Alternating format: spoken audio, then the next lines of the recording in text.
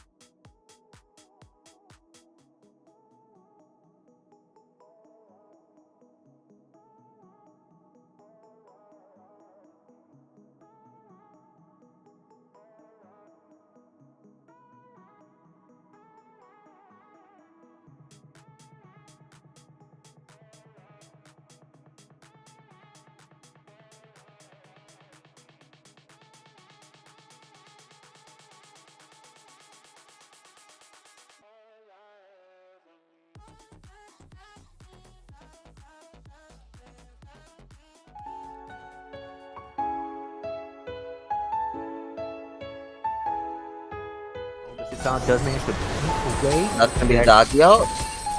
There is one Chains too. That's gonna be our guy. He smells him out. And a good Kraken will steal the Oni Fury. I don't think so. Popping on it. He steals it with the Nachos. Steals it. And Kappa just. Dookie's in trouble. The heart bomb. He is in trouble, but down there by Cowboy Chad. No! He can't do that. But Skipper But he trying can't- to go after it. He can't run the auto. No tilting. You're all just pumped up, ready for game number 2. You're all talking to each other. But this Fenyx under siege. Fenyx is at half. Jobek taken out. Section Candy taken out by Trinabog. Haley, you still don't win that fight. No. And that means they're leaving this emoji up that Breezy played in game 1, which I thought looked really good. I think he pilots it very well. Yeah, 2 halves. There you go. We got those 2 brain cells. We can talk about 2 different things now. Well, we working on. And Zero Easy Does It is going to be focused on, and we're going to see a quadra kill. And he looks like he's gonna go down. Haley did use the ult already? No. Oh, the impale! He's insane! And now, one's gonna be subject to the Rama ult, both on target. What a great snipe.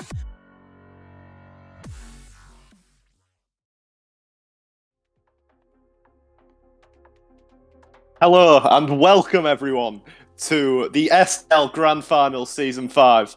I'm Big Ian and joining me on the desk today is the wonderful Dirty Harry. How are you doing today? I'm doing all right. How about you? I'm very, very excited to see this matchup play out between Fenyx and Nachos Supremos. Who's your money on going into this? I'm going to be honest. They both fought hard to get here. It could go either way at this point, to be honest. Yeah. If anything, it's going to be a very, very good set to watch. Oh, yes. Yeah. And here we are going into Game 1, Picks and Bans. Now, I'm wondering to see what type of comp we're going to see from both of these teams now, because we usually see Fenyx drafting around this really, really aggressive support and jungle pick. Is there anything you're expecting to see from either team here? Honestly, I mean, with everything changing up, you know, we had that update, a week ago or so? And so, I mean, with items changing, characters changing, really it could go either way with the picks and the bans at this point. Yeah. I'm looking forward to potentially seeing Kid Who Sucks on his signature backers pick. It's always a delight to watch. However, I don't know if we're going to get to see on the reverse side Zelda's Scylla, as it's been banned away from the most of the playoffs run. Right.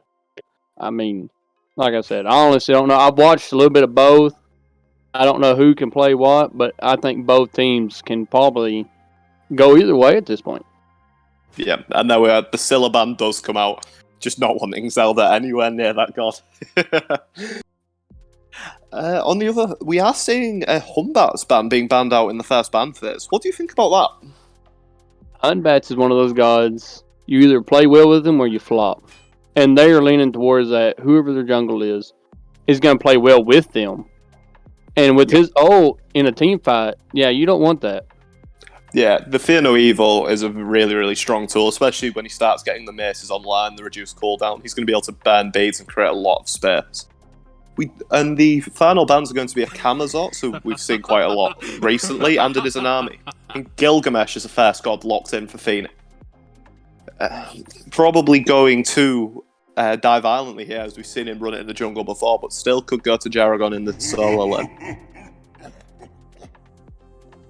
On the other side, that's a really, really good top 2 picks there from Nachos Supremos. Having the Geb and the Odin already, that's a lot of lockdown between the Cataclysm and the Ring of Spears. Yes, I'm very surprised them two just slipped by the picks and bans at this point. Oh, and then a Bacchus on top of them. Yeah, and now we see Kid's signature pick. The pick that he loves playing and the pick that he's been doing incredible on all the way through playoffs and through the regular season as well. Right. Now, the question is, what are they going to be the ADCs to go with these top 2 picks for each team. Yeah, I'm expecting something to maybe give a little pressure in lane with this Bacchus.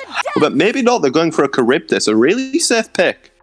It's really good into this Geb and this Odin, like with the CC immunity of the All and the Whirlpool, providing a lot of safety into what's going to be a very, very explosive team fight. Oh, I agree. I'm expecting to see a really big mid laner ult here. Your time has come. Maybe not. We're going to see the Morrigan being locked in. That's going to provide a lot of utility for Nachos Supremos here going into this. 2 Cataclysms in one fight, you burn beads with one of them, that's going to be a lot of tools already down on Fenyx's side.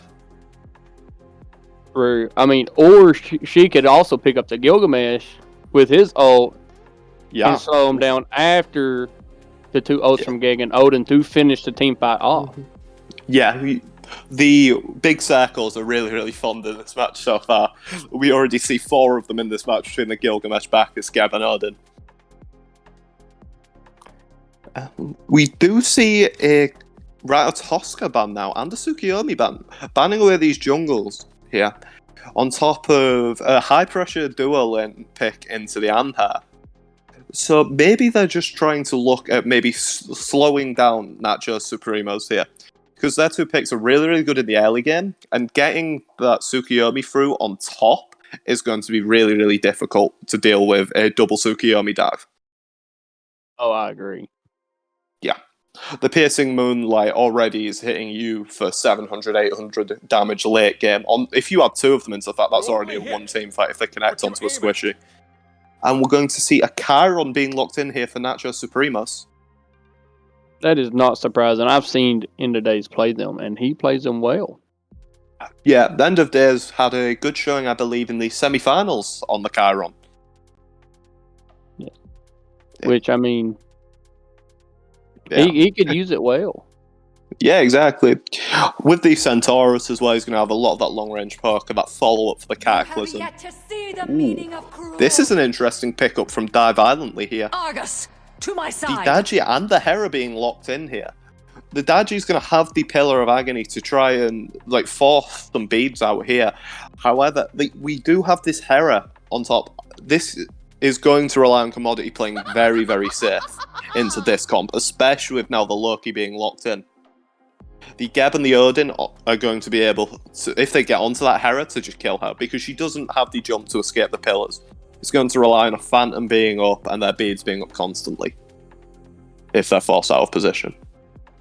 I don't completely agree with the Hera pick here. Like you said, they got so much going on Nachos Supreme's side. And then you introduce Loki with his ult. Yeah. I just don't agree with it on that one. Yeah. I mean, it's definitely going to depend on if they have enough peel and or Commodity's positioning. Because if Commodity's positioning correctly every single fight and playing far enough back to get his damage off and to be safe from this frontline dive, it should go alright, but it's a very, very tough task ahead of him. Agree. Going into this game 1 then, which comp are you siding with? Because I feel like there is a clear favourite here. I have to go with Nachos Supreme, just with the Geb and the Odin lockdown with them 2. Yeah, that's a lot of lockdown already going into this. And then you factor in the Morrigan and the Loki on top of that. That's a lot of tools just close the distance and get this damage off. Yes, and not only now can the Morrigan transform to any of them, they got a Dodgy that Morrigan can pick from also to pull them in for the Odin ult to have. Yeah. This is the double-edged sword of picking the Dagi into a Morrigan. Yes, you have the pillar, but you've also got to remember the Morrigan can just transform into you and use this against you. And here I think it's going to be a lot more effective on the Morrigan's side with how much beads burning potential they have on Nachos Supremos. Oh, I agree with that. 100%. Yeah. Right, and that is all from us for now. I'm going to throw it away to Spooky Mars and Muffin Man on the cast. Hello, everybody. Welcome. I'm joined. You heard it from Big Ian. I'm joined by Spooky. Spooky, how are you doing tonight? I'm doing great here, Muffin. Honestly, I'm so stoked for these finals. These teams have come a long, long way to get here, and they've really, really shown what they're made of, and they've really earned their spot here. And looking at these drafts, I would say they're very interesting here, Muffin. You know, it really looked like Nachos was targeting a lot of just the Fenyx comfort picks. We didn't see a ton of meta bans coming out from them. Instead, they were focusing on just putting Fenyx on picks they thought they were weaker on. And then it seems like they've really drafted around that. I mean, Nachos Supremos is coming out with a very, very scary-looking draft just on its own. But I think if you factor in what Fenyx has also drafted, things might look a little bit scary right from the get-go for them.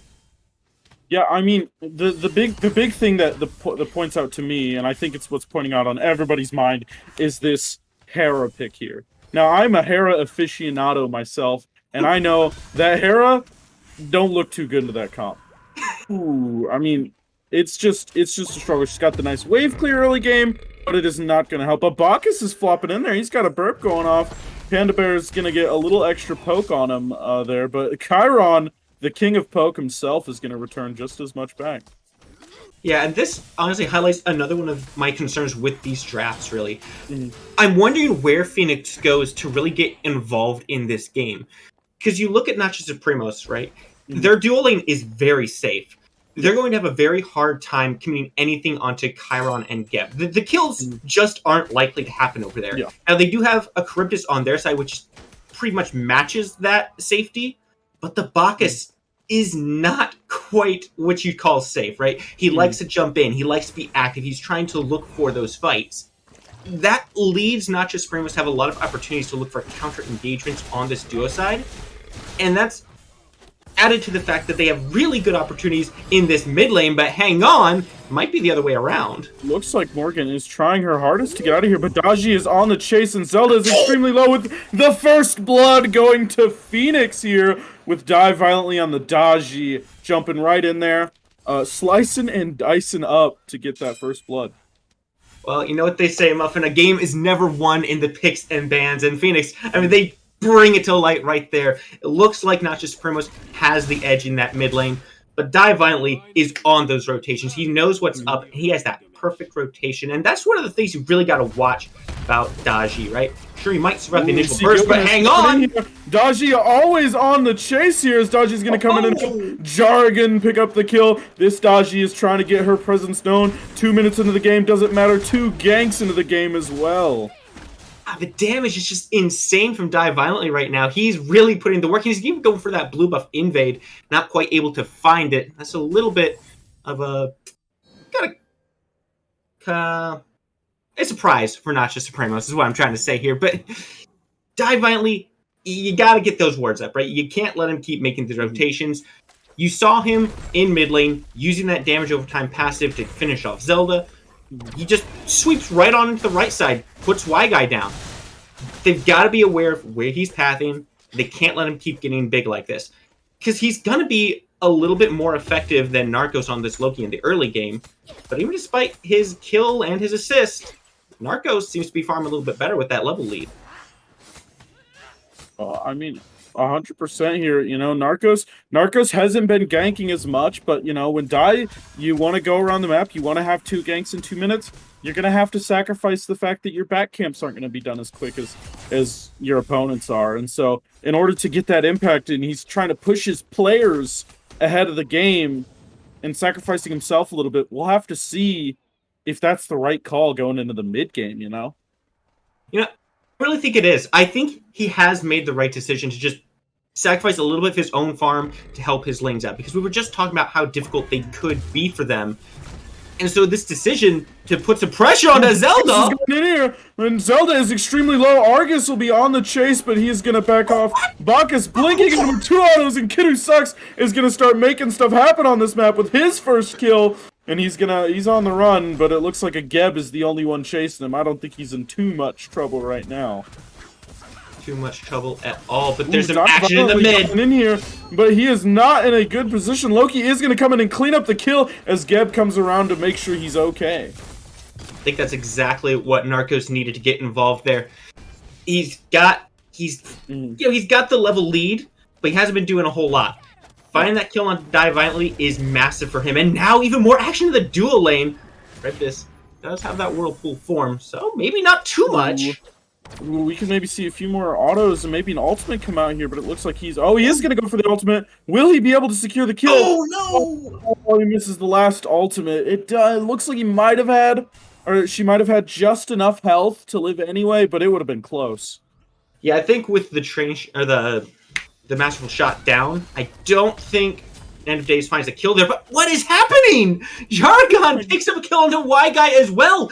Fenyx is now leading this game 4 kills to 1, and honestly, looking at that gold lead is pretty substantial if you're only 5.5 minutes into the game. I mean, we're going to start to see, I would not be surprised if we started to see Jargon get an item component ahead, or, start to get a lead that matters. He's already 2 levels ahead himself, so, losing a level in the jungle, but your level economy is up because you're 2 levels ahead. I think that's worth it, and Fenyx has seemed to be running the map right now. Yeah, not exactly how I thought this early game was going to go just from the draft, but I mean, if you can play these picks this well, why not go for them? Fenyx is obviously comfortable on them, and that's what really matters, is being able to play your picks very well. And now we're seeing even more coming through onto this mid lane, but Supremos knows what's up there, stepping back, and that's a little unfortunate that, the early game aggressors have to step back only 6 minutes into the game. Yeah, it's a little unfortunate there, but stepping back doesn't actually cost them anything. Their farm's already down. They're already doing stuff. In fact, they're just going for this. They're just going to go for the Scorpion out in the open. Nobody's near them. They're going to be able to capture that Scorpion. Makes a lot of sense that they have a lot of solo side pressure. But Odin just used his leap. He might be in a bad spot here, as that ulti is going to come down. But he is going to be thrown into that cage with the ulti from Daji come down as well. Is going to be able to pick up the kill quite cleanly, might I add, from Fenyx there. I mean, you just can't do that at this point, right? You already highlighted Y-Guy. He's 2 levels down on Jargon on this Gilgamesh. You just cannot afford to up down the wave at that point. You have to let it move forward. You're going to lose a little bit of the wave to the tower, but that's the price you have to pay when you fall behind. It doesn't even look like he's getting these wards up, so he doesn't spot the rotation coming from the rest of the Fenyx crew, and now his blue buff is getting invaded. Well, where does it end? Yeah, and they are going to be able to secure it this time. Whilst we were talking about that over there, something great for Nachos Supremos happened, though. They're starting to get a little bit of pressure on the left side of the map because the End of Days ended up picking up a solo kill there, so he's getting a little bit of pressure. Hopefully that can help his, help relieve some pressure from that solo side to go in there. Bach is flopping under tower. He does not care. Not at all. I mean, he's got his he's got his Sentinels, he's got his Gauntlet of Thebes already getting some stacks on there, 19 of them already. Why not be aggressive? Get on in there. But speaking of the items, right? The war flag on Geb is a little bit odd to me, Geb's not really one of those aggressive supports like Bacchus is as he invades the purple buff, but getting run down now. Oh, Geb's on his way. The team is on his way, and Panda Bear has used his only escape here. He could be in some deep trouble if they decide to chase, but it looks like they're going to back off. And they're not going to be able to do anything, but...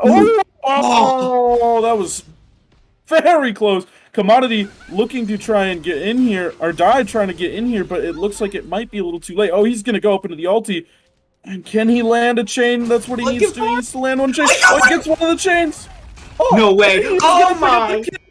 Die is gonna. Oh, Y-Guy ended up using his stun though. He could also be in some trouble here if Die decides to go for it. He is gonna take the safe route. The rotation does make a little bit of sense that Morgan decided to back Morgan very low. Doesn't want to risk it, especially against an assassin who is very strong right now. Yeah, actually, I think Fenyx even knew they were coming because if he saw Commodity had actually dropped Argus, it was chasing Narcos, and that's why he was so low. That's why he had to back. I don't even think that was meant to be a rotation on to Die Violently. I think they were just trying to get away from the big chunky man.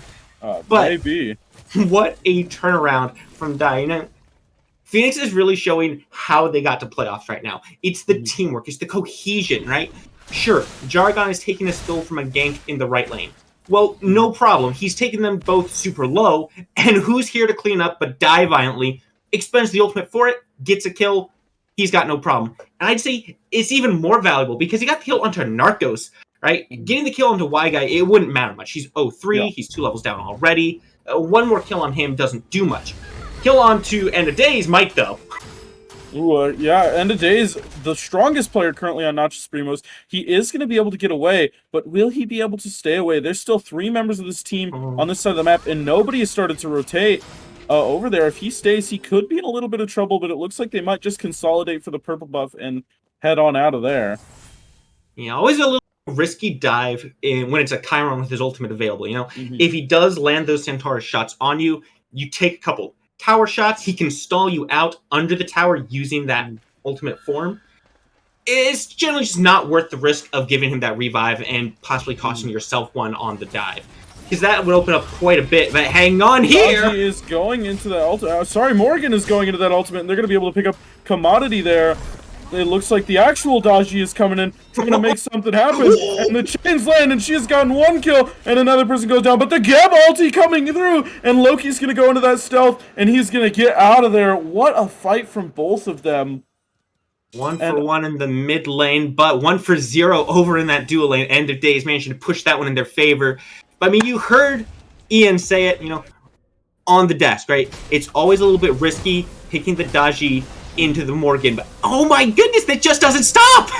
And they're continuing to go in. That ultimate is down. There is no chance he's getting away from this Daji and this Bacchus here. So they're going to pick that up, and I think they're going to get this tower in this right side of the map as well, to try and, you know, even push that lead even further. Oh, never mind. Yeah, they're just going to go ahead and proxy this wave, get rid of the minions, get themselves some extra farm, let their own minions step up. That's going to be what's going to do most of the damage to the tower anyway, and it's going to zone the rest of Nachos Supremos off. It's not going to let them step up to make this defense easily. And just from that, just from taking that minion wave, you can see the impact it has. Tower goes down, Fenyx gets even more gold from that, and you can just take a look at the gold lead right now. It's about 2,500. We're only 12 minutes in. But, I mean, we're seeing the exact opposite thing happen on the other side of the map. The tower goes down almost at the same exact time. Panda Bear Ash playing a little too aggressively here. She might be in a lot of trouble, and she is going to go down with a nice little quick shot from the End of Days. End of Days is playing extremely well here, trying to show that they need to take some pressure off the other side of the map and bring it to him. And look at patience from End of Days there, saving the dash until Die Violently jumps in. But the Paolo comes through! He connects! Oh, and he is going to go down early, so he might not have beatsed in time. And Chiron is in his ulti, but it is not going to be enough. Or Chiron not using his ulti. It's not going to be enough, and he is going to go down. And that's why you can't use that training exercise so soon. That's the cleanse you needed for the Paolo. Using it so early while still retreating, it ensured that he was going to die there. Great patience on the dash. Not quite enough on the cleanse. Ooh, Argus is coming down here, but Loki is there, and Loki is doing a lot of damage. Bacchus Fob coming out, but it is not going to land, and he is going to be able to pick up the kill quite cleanly himself. This is exactly what you need if you're a Nachos fan here. Narcos getting involved, putting some pressure back onto Fenyx in the mid lane. Commodity, he's 2 levels up, but he's 0-2 and 3 right now. He hasn't found too much with his lead just yet. They still have time to get Zelda more involved and back up to par. These are the exact things they need to do for it. Hopefully, maybe getting there before he goes down the next time, but, you know, you can only do so much as the jungler. And right here again, Fenyx playing the map so well. They're just looking to take anything and everything away from Nachos. Look at the way they're rotating around the map. You constantly see Kid Who Sucks, Jargon, and Die Violently just rotating as a 3-man unit through this jungle, and they're constantly finding people picked out like this. Yeah, Loki is going to go invis and walk away there, but, you know, he's the message has been sent. He doesn't feel safe in his own jungle anymore. And that's where it's going to be difficult. You see, you're going to start to see people starting to go in his jungle and give him a little bit of disrespect here. As Fenyx is just going for the pyromancy, we got Jargon zoning off. But while he's doing so, he's taking a lot of damage. He might be in a lot of trouble here, and he is going to go down. The rest of the team trying to come in there. Bacchus ult isn't going to land, but no matter, Die Violently is going in there. He's going to pick up Narcos. And oh my goodness, a lot of ultimates coming down here, but The Daji coming in, ulting his Daji to escape. Oh no! Violently is going to come in there and clean up the kill, and he's also looking for this Geb here, but it is a Geb. He's very tanky, and he's going to be able to get away because of it. You know, it's a 2-for-1 for Fenyx, but I'm not sure if it was completely worth it to drop the Pyromancer there. Candy Bear Ash once again in some danger here. This duo lane is not going well. The ultimate! Oh, and no! does he have the 2? Oh, the 2 is going to do it! I mean, this is just, it's been back and forth. Though you see the right side of the map going really well for Fenyx, and on that left side of the map, Nachos Supremos is getting in there. I mean, End of Days single-handedly is carrying that side of the map and doing a lot of work on that and making sure his team stays in this game. Yeah, though, unfortunately, it just keeps on growing in favor of Fenyx. I mean, one player is not going to be enough to stem this tide. Nachos Supremos, they've got to start playing together, and most importantly, they've got to get some wards up in this jungle, Muffin. I mean, everything Fenyx is doing is off the back of these 3-man rotations through Nachos jungle. Yeah. They just need to get some wards up there. Get some sentry wards so that Fenyx can't free roam through that jungle, and just keep your stuff secured down. If you start seeing Fenyx on that right side, well, heck, maybe I go the left side, start taking their farm on that side, right? They're already winning on that side of the map, so just go over there, play through it. Yeah, I mean, I think Nachos Supremos needs to play a little bit more on that side of the map. But as I say that, there's 2 fights going on at the same time. Daji is going to go in there and land his chains, but the cleanse is going to come out. Bach is also looking to try and secure a kill here, but he's not going to be able to. But in the mid lane, we see Odin coming out, which is actually just the Morgan. And Jargon is going to be able to pick up the Morgan there as Cat comes in at an interesting angle. Will he be able to get out? He is extremely low. Oh, we see Bacchus coming in, but Jargon's going to be able to pick up the kill. And Loki is invis. He's trying to escape out of there. But no matter, they're just going to ignore him, and they're going to go for this Odin here. Odin really close to being able to pick up commodity there, but he is going to be able to escape, and he is too low. Will he pick up a Jargon? Another jump kill. But End of Days is doing a lot of work. He's trying his hardest to try and get something to happen there, but it is too, the fight's already over. There's nothing he can accomplish. So, I respect the attempt, but, you know, if you're going to use your Morgan ult in a fight, I think maybe you choose someone who isn't 3 levels down and a few hundred gold on his lane opponent, right? I know the Odin Cage is a valuable teamfight tool, but in this particular situation, I just don't think it's an option for Zelda to transform into. Maybe go for Jargon, get the Gilgamesh ult. He's ahead, he's going to be more effective, and that might be able to turn the fights a little bit more. One way or another, though, Nachos Supremos, they've got to stop funneling into these fights. Guy had no business going in there after that fight was lost. Cat 4200, like you said, took some very interesting pathing back into that mid lane, and ultimately, he walked straight into a pure aggression from Fenyx, and that's what ended up costing him his life. If he just goes around the Harpy the other way, I think he gets out there just fine. One thing leads to another, Muffin, and now Fenyx picked up the first Gold Fury of the match, and they've just solidified their lead, 4,000 ahead. Yeah, I mean, they got the Gold Fury, you know, it's kind of a story of one team funneling and the other team going on, but as you say, we're going to see a little bit of a slap box here in the solo lane, and, you know, just kind of Jargon saying, hey, I do more damage, back off. And that, but Loki is around here, and he's just used his jump. We could see something happen on here, and Geb is also coming around. The dropkick's also been used. He does not have any more escapes here. The Odin Cage coming down, and ooh, but there's a lot of damage coming out here from both sides. And they are going to be able to pick up the kill, but I think if he had fully turned there, he might have been able to pull out maybe 1 or 2 of them. It was going to be close, I think. I mean, he had the Loki blind on him. He'd already used most of his damage on Guy at the very start of that, which is great recognition from Narcos. Seeing Jargon's kit is down. He doesn't have a whole lot to fight back with. He pretty much only had the Sun Scimitar to activate and start swinging with. But the Thorns came out, and you can see the damage that comes through. And that's partly due to the build the Jargon's gone with as well. You know, the Mystical Mail, very solid item, but the Shifter Shield is one we don't see a whole lot of.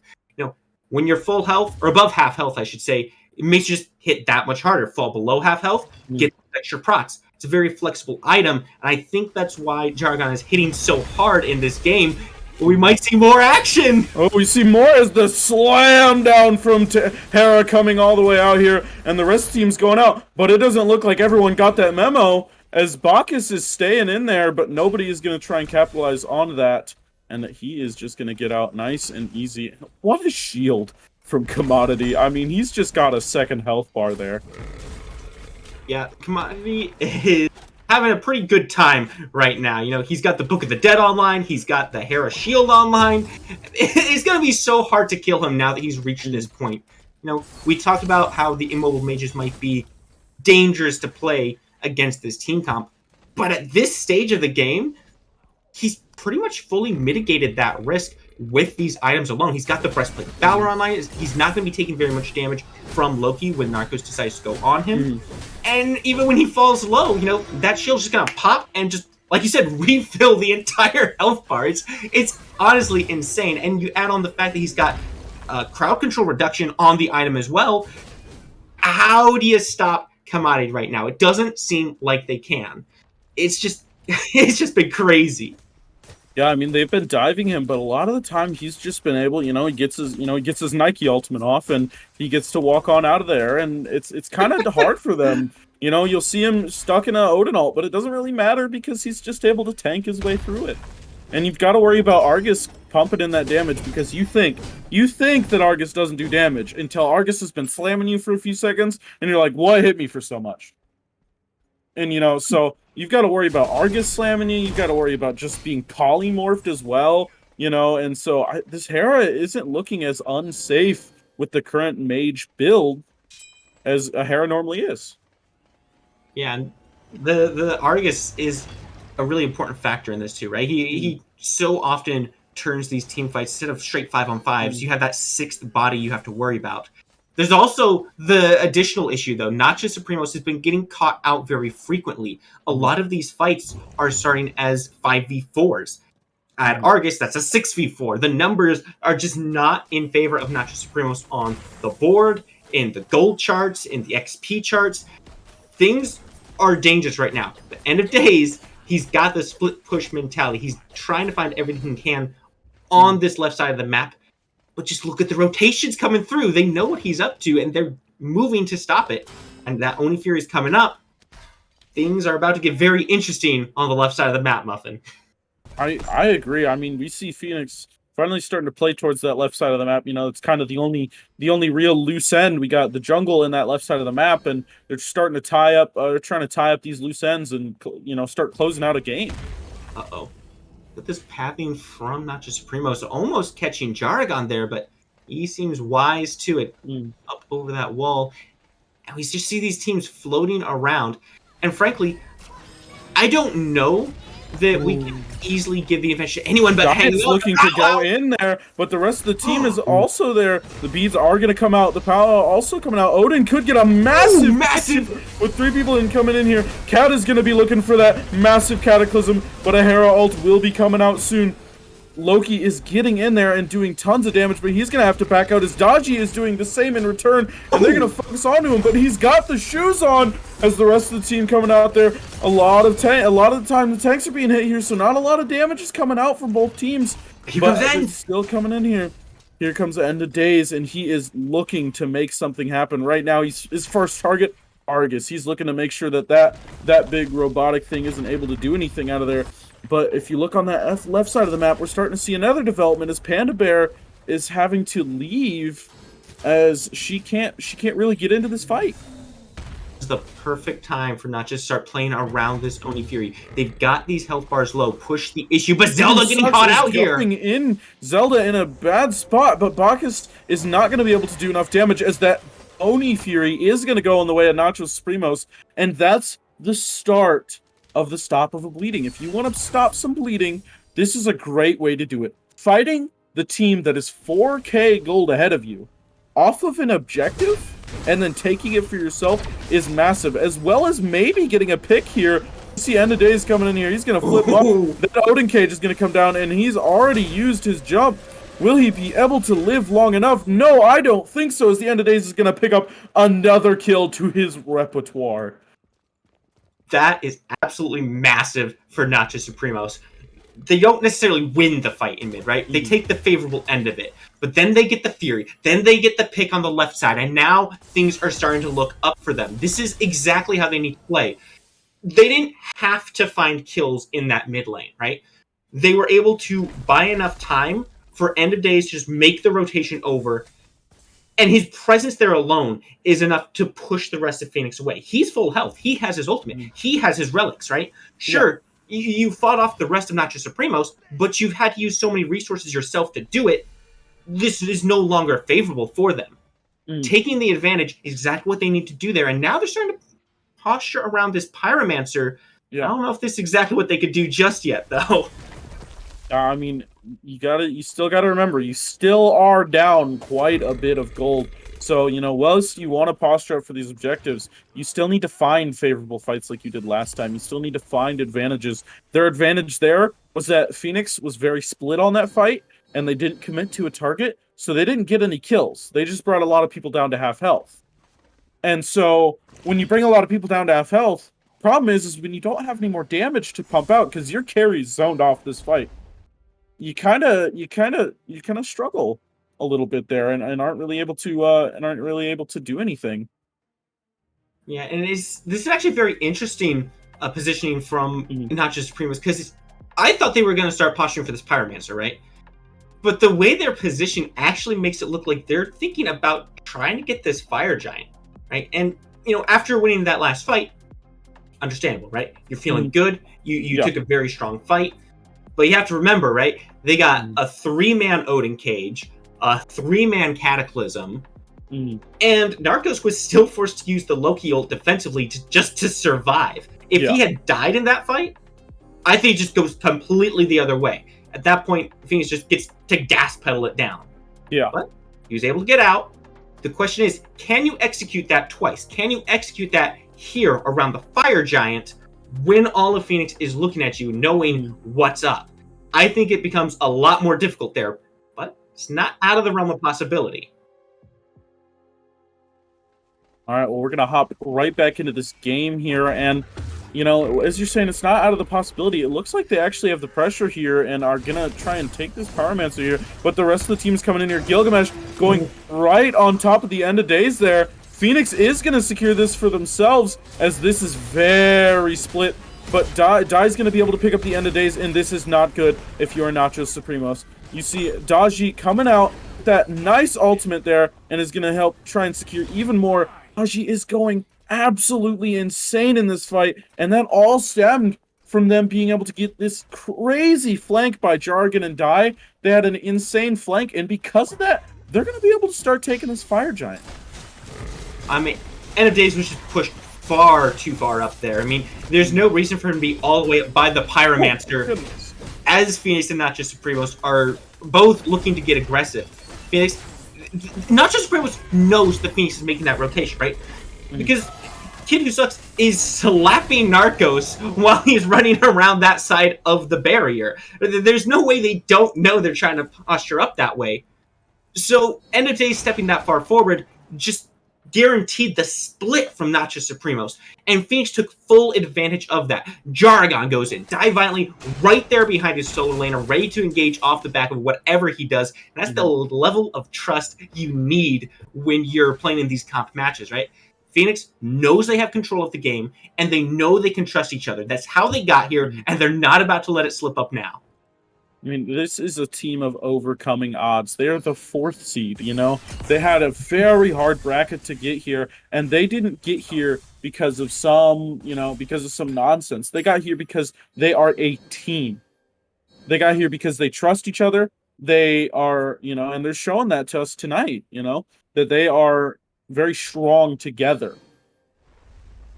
Yeah. And right now, I mean, it's a great team, right? And they're all working very well together. But you gotta look at Die Violently right now. I mean, he's 11, 1, and 4, and he's looking for the 12th, yeah. And that's the solo laner he just pushed away. That's the big, beefy, bulky solo laner that's supposed to shrug off the junglers. It's not happening, right? Die Violently is in control of this match. He's running the map, and Fenyx plays so well around him. Not just Supremos, if they want to win, they're gonna have to find a way to take Die Violently out of the fight quickly, before they begin even, right? Because if the fight starts, Die Violently just goes into the powwow, starts pulling people. You have to find him by himself. You have to isolate, Die Violently, and make him die violently. I mean, and it's so hard to do because that Daji, you know, has that safety of being able to go up into that powwow and really kind of stop that sort of aggression here. But we might be seeing a little bit of a Kid Who Sucks might be a little bit over aggressive here. He is just gonna flop away. So not too much is coming on here, but it's giving Nachos Supremos the confidence to step up. But unfortunately, we're gonna see a big miss on that ultimate here, and it's gonna put him in some trouble. A nice Geb Shield coming out here, which is gonna end up saving his life. But the rest of the team going in there, Die with a blink Paulau coming in, and he's got one, but they both end up using their beads, and he got 2 beads with 1 ultimate. I mean, he's got to be feeling good about that exchange.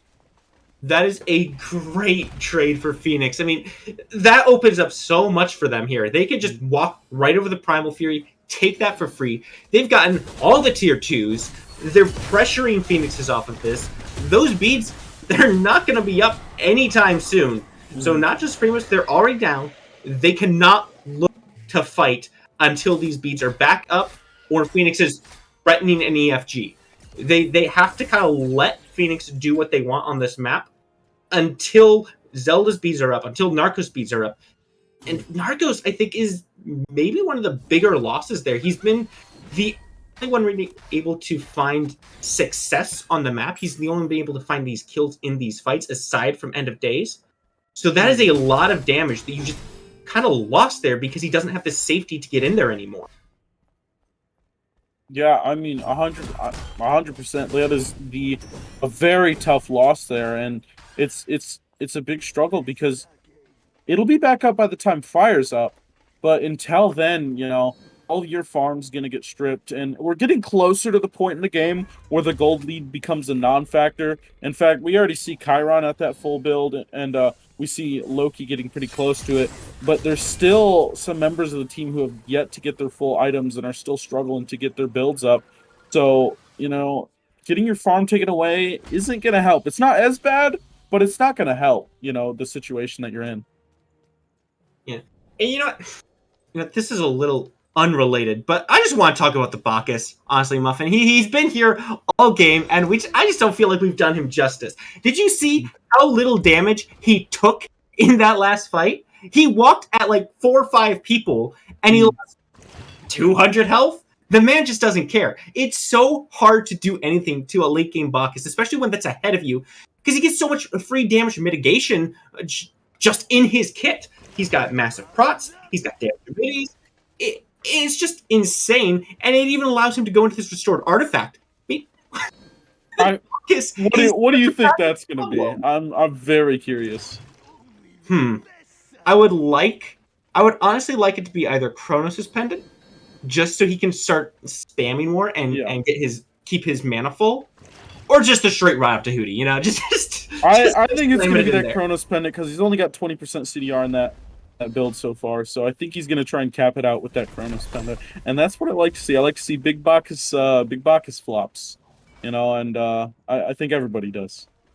The pendant makes the most sense, but I would just really, really like it if it turned into a Rod of Tahuti, just for the ultimate, just to see him slam that jug down and try to one-shot someone. You see, he just doesn't take damage, Muffin! He just doesn't take damage! He doesn't care. He's walking all the way up here, and really, there's nothing anybody can do. He's not going to be killing anybody on his own, but they're going to be killing him on his own, you know? Until he gets that rod. Until he gets the rod, Muffin! Then he'll be killing people. He can at least solo Zelda. Probably. Yeah, Zelda. She's got the Magi's Blessing online, but frankly, it hasn't been that helpful so far. I can see why he decided to go for it, but I just don't think he's gotten enough value out of it so far. He's still just not being able to impact these fights. You know, when you go the Morgan, you want to be able to pick someone out either before the fight or use the transformation and then pick someone out afterwards. But now it's Fenyx going on in. Yeah, Jargon is already on end of days here, and this is not how you want to start these fights here. He's already in his ultimate, and he's going to go down just like that, and you do not want to see your carry being the first one taken out of the fight. Up in the powwow, unfortunately, the Cataclysm isn't going to be able to do anything there, as Jargon's going to be able to pick up Zelda, and they're already down, chasing at the end of these Phoenixes, and they're going to back up and go back, but they did get something very important. They got Panda Bear out of that fight.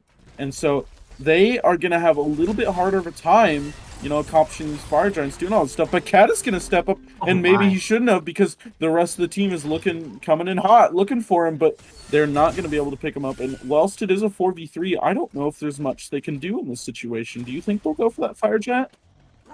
I don't think they go for the Fire Giant here. It is enhanced, so it's going to be a little bit difficult. However, they do have Bacchus here, who's just going to go ahead and start soaking up the damage, but not just Supremos. There's a really good opportunity to fight this. Yeah, with that EFG starting to put up some damage, you know, we're going to start seeing a few of them get a little lower, a little bit more confused as well. But Bacchus and Jargon are going to come in on a nice double flop there from the both of them. And they're going to start doing damage. They're starting to disorient as Dai is coming around the corner. He is lurking and looking for something good to happen here. And he is going to try and make something happen, but he's going to end up getting caught in a bad position and go down himself. That is huge for the rest of the team, as Commodity is going to pick up the kill onto Cat, but they've gotten the pick onto Dai, and I would trade that any day, my support for the 11-2 jungler. Yeah, that pick is absolutely massive right there. Dai Violently not able to get up onto that Paolo in time to escape his death, but I like the idea from Fenyx, right? Start up the Fire Giant, make Nachos Supremos sweat a little bit. Nachos Supremos, they step up a little bit too far, but I think the flank was just a little bit too long from Dai Violently. I think if he just goes with his team, he's able to find a little bit more success. Maybe they just target Cat 4200 there, take the Geb out of the picture right at the start, and that maybe goes a little bit better for them. But the decision to try to get Narcos while he has Y-Guy with him, I just don't see where that pans out super well for them. And need not just Ramos. They take the better end, but they haven't been able to capitalize on it. Yeah, I mean, I like, it was a nice idea, but what ended up happening is Dai got a little too in there, while the rest of his team was a little too far behind, and they saw that opportunity, they took that opportunity, and they ran with it, because they were able to pick him up even before he was able to go up into the powwow, and it was their downfall. Fenyx ends up getting, you know, Nachos Supremos getting some massive shutdown from that, and, you know, it's really, at this point, you know, it's starting to look like it could be anyone's game. The only person who's really behind is the support here now. Onto support, but Fenyx looking to get a little bit more aggressive. Oh no, Cat! Cat is not in a good position, but Loki is also going in, but he's going to get thrown in the ultimate down as Dai Violently is right on top of him, and the powwow is coming out. One bead's taken, but the Odin Cage is going to come out here, but the Nike ultimate coming out, and that is just, there's just nothing they can do there. He does not have enough damage to do anything there, and they're going to get a free pick on the Narcos, and that's going to let them have a ton of pressure on this side of the map. Oh, that Fenyx just go right for this Fire Giant, the EFG that Nachos Supremos was not able to look for after their pick on to Die Violently, and they still have fighting on the back there. I mean, you're seeing Dai, but Dai is going to go down, and that just doesn't need to happen there. He does not need to be going in there. His team has taken the Fire Giant. He just needs to make sure that nothing is going to happen. And it looks like they're going to go into Jargon here, but the rest of the team should be on their way to help him out and kind of, you know, pull off a little bit of an escort mission for him. There. If they were able to pick up the kill onto Jargon, that's probably worth for them, right? They lose the EFG, but they take it off of two members, both of them who are the divers, who are just shredding your backline. But now that Jargon also has the EFG, Nachos Supremos don't really walk out with anything except die violently. It still favors Fenyx. It could have been cleaner, but it does still go in favor of Fenyx. This Oni Fury is a nice idea. It'll help mitigate some of that loss, but it's just not going to be enough against the EFG. Yeah, and I mean, at this point, EFG is just kind of the big bad boss, where You know, they can start to walk into these Phoenixes. They can start to care a little bit less about what's going on, just because it's a massive buff. I mean, the fact that you get to deal extra damage to the structures and ignore 75% of their backdoor protections without minions around, I mean, that is so critical to shredding these objectives down. Now, we'll say, not just Supremos, they're not out of it. They still have a strong defense, and there's only 4 members with the EFG. They've got the Geb Cataclysm and the Odin Cage. If they can find a way to trap members of Fenyx in that Fenyx, in those 2 ultimates, and utilize Zelda's ult as well, they still have a strong defense, but they're just going on in! Yeah, Bacchus getting in there as a Bacchus should, and they are doing... I'm seeing 208s on these Phoenix, but a massive Cataclysm coming out, and we see another Hera ult used defensively.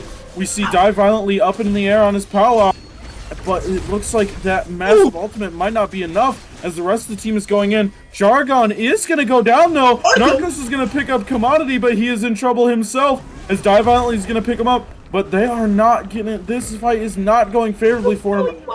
They've already lost 2 members. Panda Bear is also about to go down here. Oh, maybe not. That's a very clutch from Die, even though he didn't mean to do it. But they are going to be able to pick up the Bird Bomb and take a nice kill there. Die Violently trying his hardest to get out of there, and a Fenyx for 3 dead can't be worth it.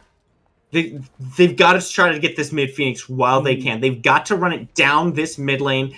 Let those Oni minions push down the right side. Die Violently, he's got to go back to base. He can't put up a defense. This could even be an end attempt from Nachos Supremos. They have end of days here, and oh my gosh, Bacchus just can't do it. Bacchus cannot get in there and shred. It looks like they're only going to go for the 1 and grab that tower on the way out.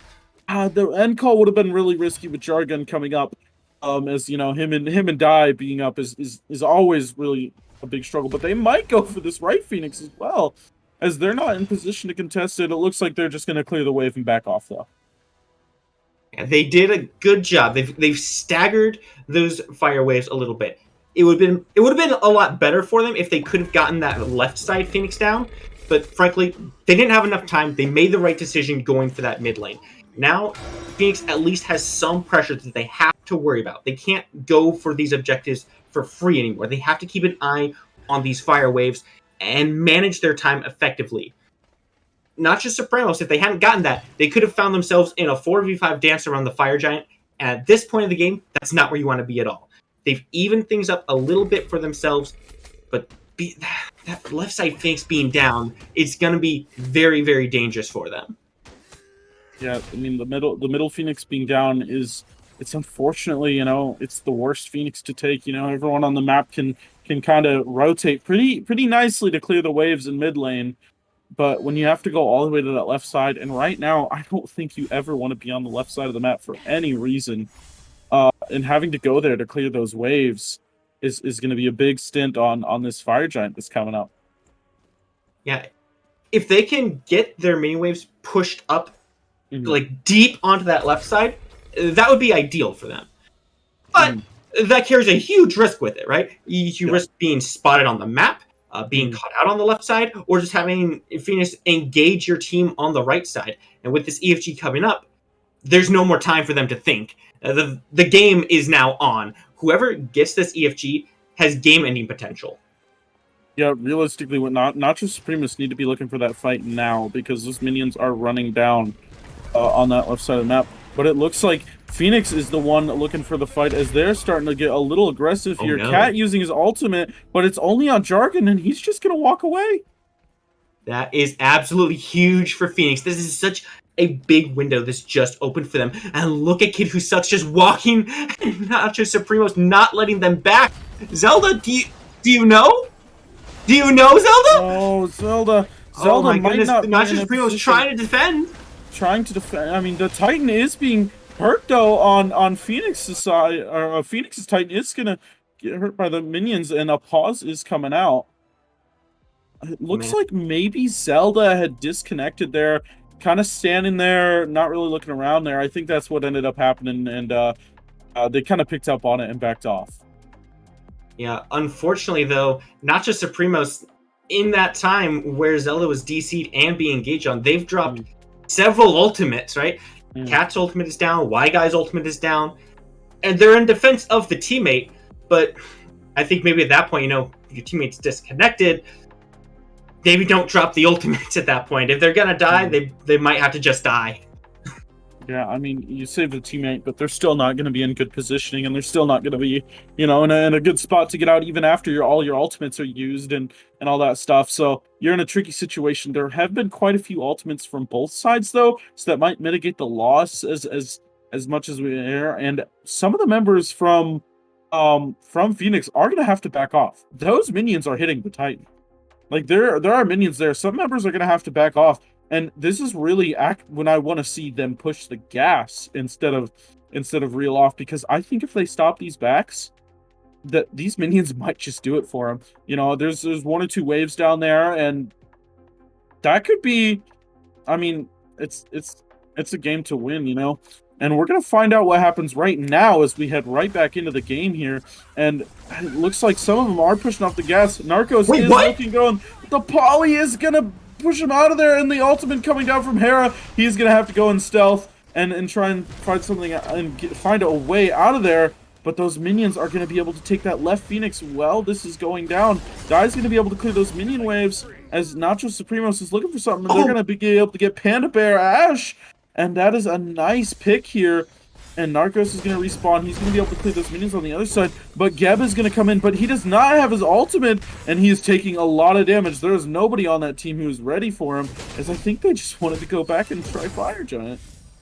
I think they still could. It's a little bit riskier now, but they still go for it, but they're just not. They're rolling in. Geb finds the Cataclysm! Finds the Cataclysm, but the team is not ready yet as they're going down, as Geb is somehow still alive in this situation. Dai is doing a lot of damage, but he is going to go down. He's going to take down End of Days with him, but a 1-for-1 with the 12-in-1 player is very nice for Nachos Supremos, as this fight is still continuing. Y-Guy is going hard, but the Argus coming back up for the second time this fight, and they are going to.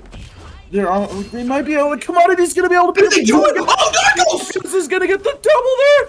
It's the rest of the team. It's a full ace. Panda Bear will be up in 10, but I don't know if he's going to be able to do it, as Nachos Supremos is running down. They've got to go for it. These minion waves are in. Zelda is there. They are trying to put as much DPS on this Titan. Panda Bear that ultimate is coming out, and Panda Bear is trying to do as much damage as possible, but Zelda is transforming, and I don't know what's going on. Oh, they got it! Oh my god! That was with game 1 in the craziest way possible. I cannot believe that turnaround from Nachos Supremos. All right. Say what you will about Y-Guy. He had a terrible early game. He was getting dumped on lane.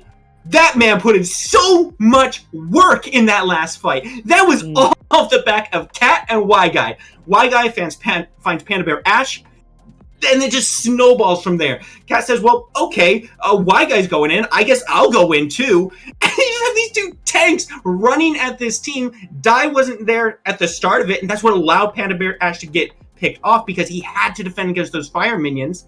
And one thing just snowballed into another. And Nachos Supremos, they did a beautiful job. Just find the opportunity, push it, take it all the way. And they did exactly that, Muffin. Oh my god. I mean, I also got to mention that Dai trading 1-for-1 there was detrimental to that fight. But we're going to talk about that a little bit more, or the desk will be talking about that a little bit more coming right up.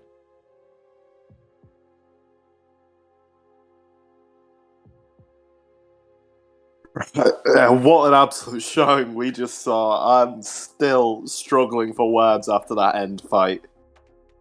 That was incredible. Genuine. Just the absolute no fear from Cat on that Geb towards the latter end of that fight. 500 health, no problem. Rolls into 3 people, gets the 3-man Cataclysm and walks away. It's probably unfair to just talk about that last fight, because the larger portion of that game, Fenyx had them on the run. Just towards the end, the big circles were just too much. Cat and Y Guy were just putting in an insane amount of work. End of Days just going on an absolute tear, really being their only shining beacon of hope throughout that game. I agree, like 100%. Whole game, Fenyx had it. Late game, Nachos Supreme says no, we are taking it back, and they did. Yeah. And this is what we were saying though, like when we started out the game. It's the problem letting them have this much lockdown. So I'd really like to see at least the Geb or the Odin ban next game, because that's a lot of lockdown to provide late game into these team fights. But yeah, it's honestly we can't go out without mentioning how well Die Violently did. Die Violently 14-4, the best KD in the lobby, but still just unfortunate in the last fight for Fenyx. But very, very well done from Nachos Supremos in game 1. I agree 100%. Die had the control of the map early to mid game completely under control, and then that late game, like you said, the lockdown between the Geb, Y Guy, and Zelda with the Morgan all had clutch plays. Then End of Days getting online with his ult and Narcos. It just, there's nothing they could do late game once they got their tanks online and everything just rolling their direction. Yeah. Well, to be fair, we're looking at the player damage now, as you can all see on the stats screen. The Jaragoon having the top player damage in the entire lobby really was just a menace on this Gilgamesh. Yeah, with End of Days on this car and being quite close behind, it was a very, very even match. And this looks like it's going to be a very, very exciting set. Oh yes, 100%. Yeah. Yeah. Well, any last notes you want to quickly say before we cut out, Harry? Not really. I mean, they may have to change up the ban going against Nachos, unless they just want to rerun what they did. Yeah. Well, that's all from us for now. Don't go anywhere, because games will be following shortly.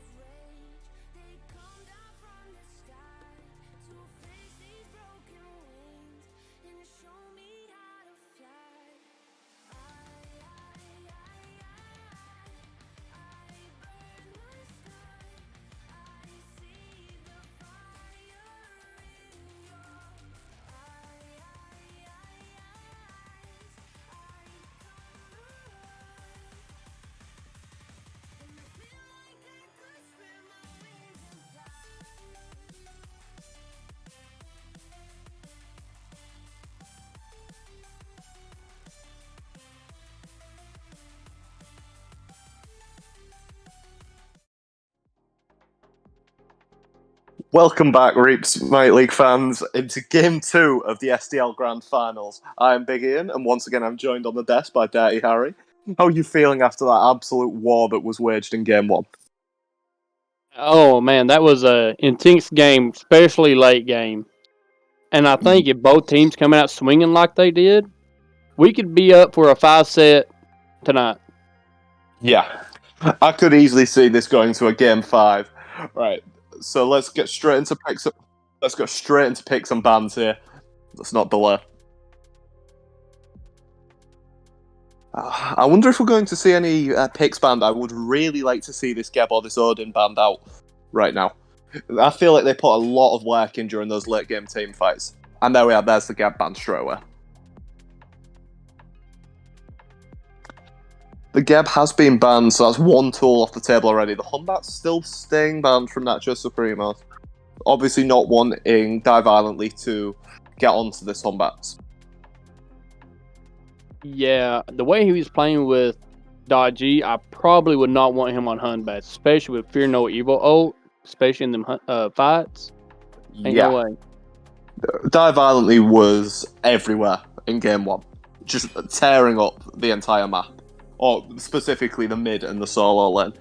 Going into these next two bans, though, we do see a Mulan and a Loki.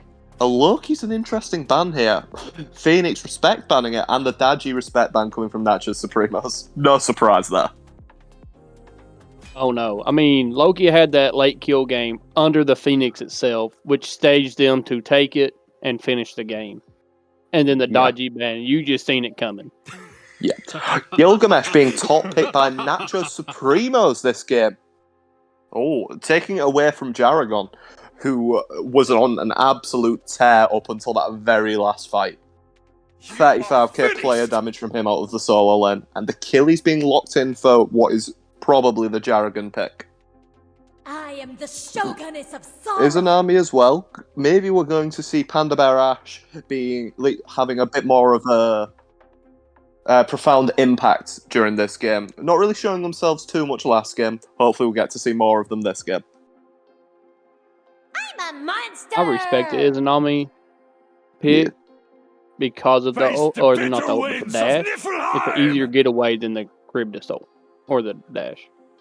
Here we are. Here's the pick I've been excited to see from all of the SDL playoffs. It is Zelda's Scylla, the god that has been banned away from him every single game. I'm very excited. And in return, we get to see Commodity's signature pick on the Kukulkan. This is looking to be a very interesting game out of the mid laners, both on their signature picks. Both have proven to be very, very skilled on them. What about the Heimdall pick, though? I like this Heimdall pick. It feels like it's going to suit End of Days playstyle, and it's a very, very good counter matchup into this Izanami. So It should be really interesting to watch going into this. And we see a Bacchus being respect banned on top of a Ratatoska ban. And on the other side, we just see two more solo laners banned. So maybe we're thinking that this Gilgamesh goes to Narcos in the jungle. And here we are, the jungle pick has been locked in from Fenyx. What do you think about that one? I don't know how it's going to fare with the team comp on this one, because you don't have a whole lot of lockdown. I mean, Suki can ult one or two, but if they got lockdown, his ult explodes. Yeah, I'd really like to see an Ares, a Ymir, something that's going to provide them with that really, really strong buffer.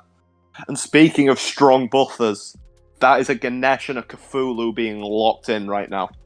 This is a very, very tanky team to try and cut through. Although, if I'm on Fenyx, I feel like I have the gods to do it. With this Izanami, this is Achilles, this Kukulkan, even the Tsukiyomi to some respects have a lot of high damage to be able to output. I agree with that. I like the Ganesh, though, myself. Yeah, the Ganesh are a really good pick into the Tsukiyomi especially. And it's going to be able to silence the Achilles out of his dashes when he's trying to get onto this backline late game. I'm ready to see the support for Fenyx side, though. See what they're going to pick up to combat what they got with Nachos. Oh, it's looking like it's a Sobek. I like this Sobek pick a lot. this is going to allow Panda Bear Ash and Kid Who Sucks to have this pressure in the duo lane and get maybe early kills off of it. Izanami's got very, very strong wave clear, as we know, and then the Sobek just has a lot of early displacement and a lot of early CC, so it's really tough to deal with. Oh yes, 100%. The Sobek's also gonna benefit the Achilles when the Achilles goes for his executes. Yeah. What do you? I asked you game 1, so what do you think about this going into game 2? Which comp has the edge? I gotta lean again with Nachos. They got the Ganesh, the Cthulhu, and the Gilgamesh. 2 of them have the rings with the Ganesh ult and the Gilgamesh, and the Cthulhu with his ult, you can't get away from it and you can't stop him.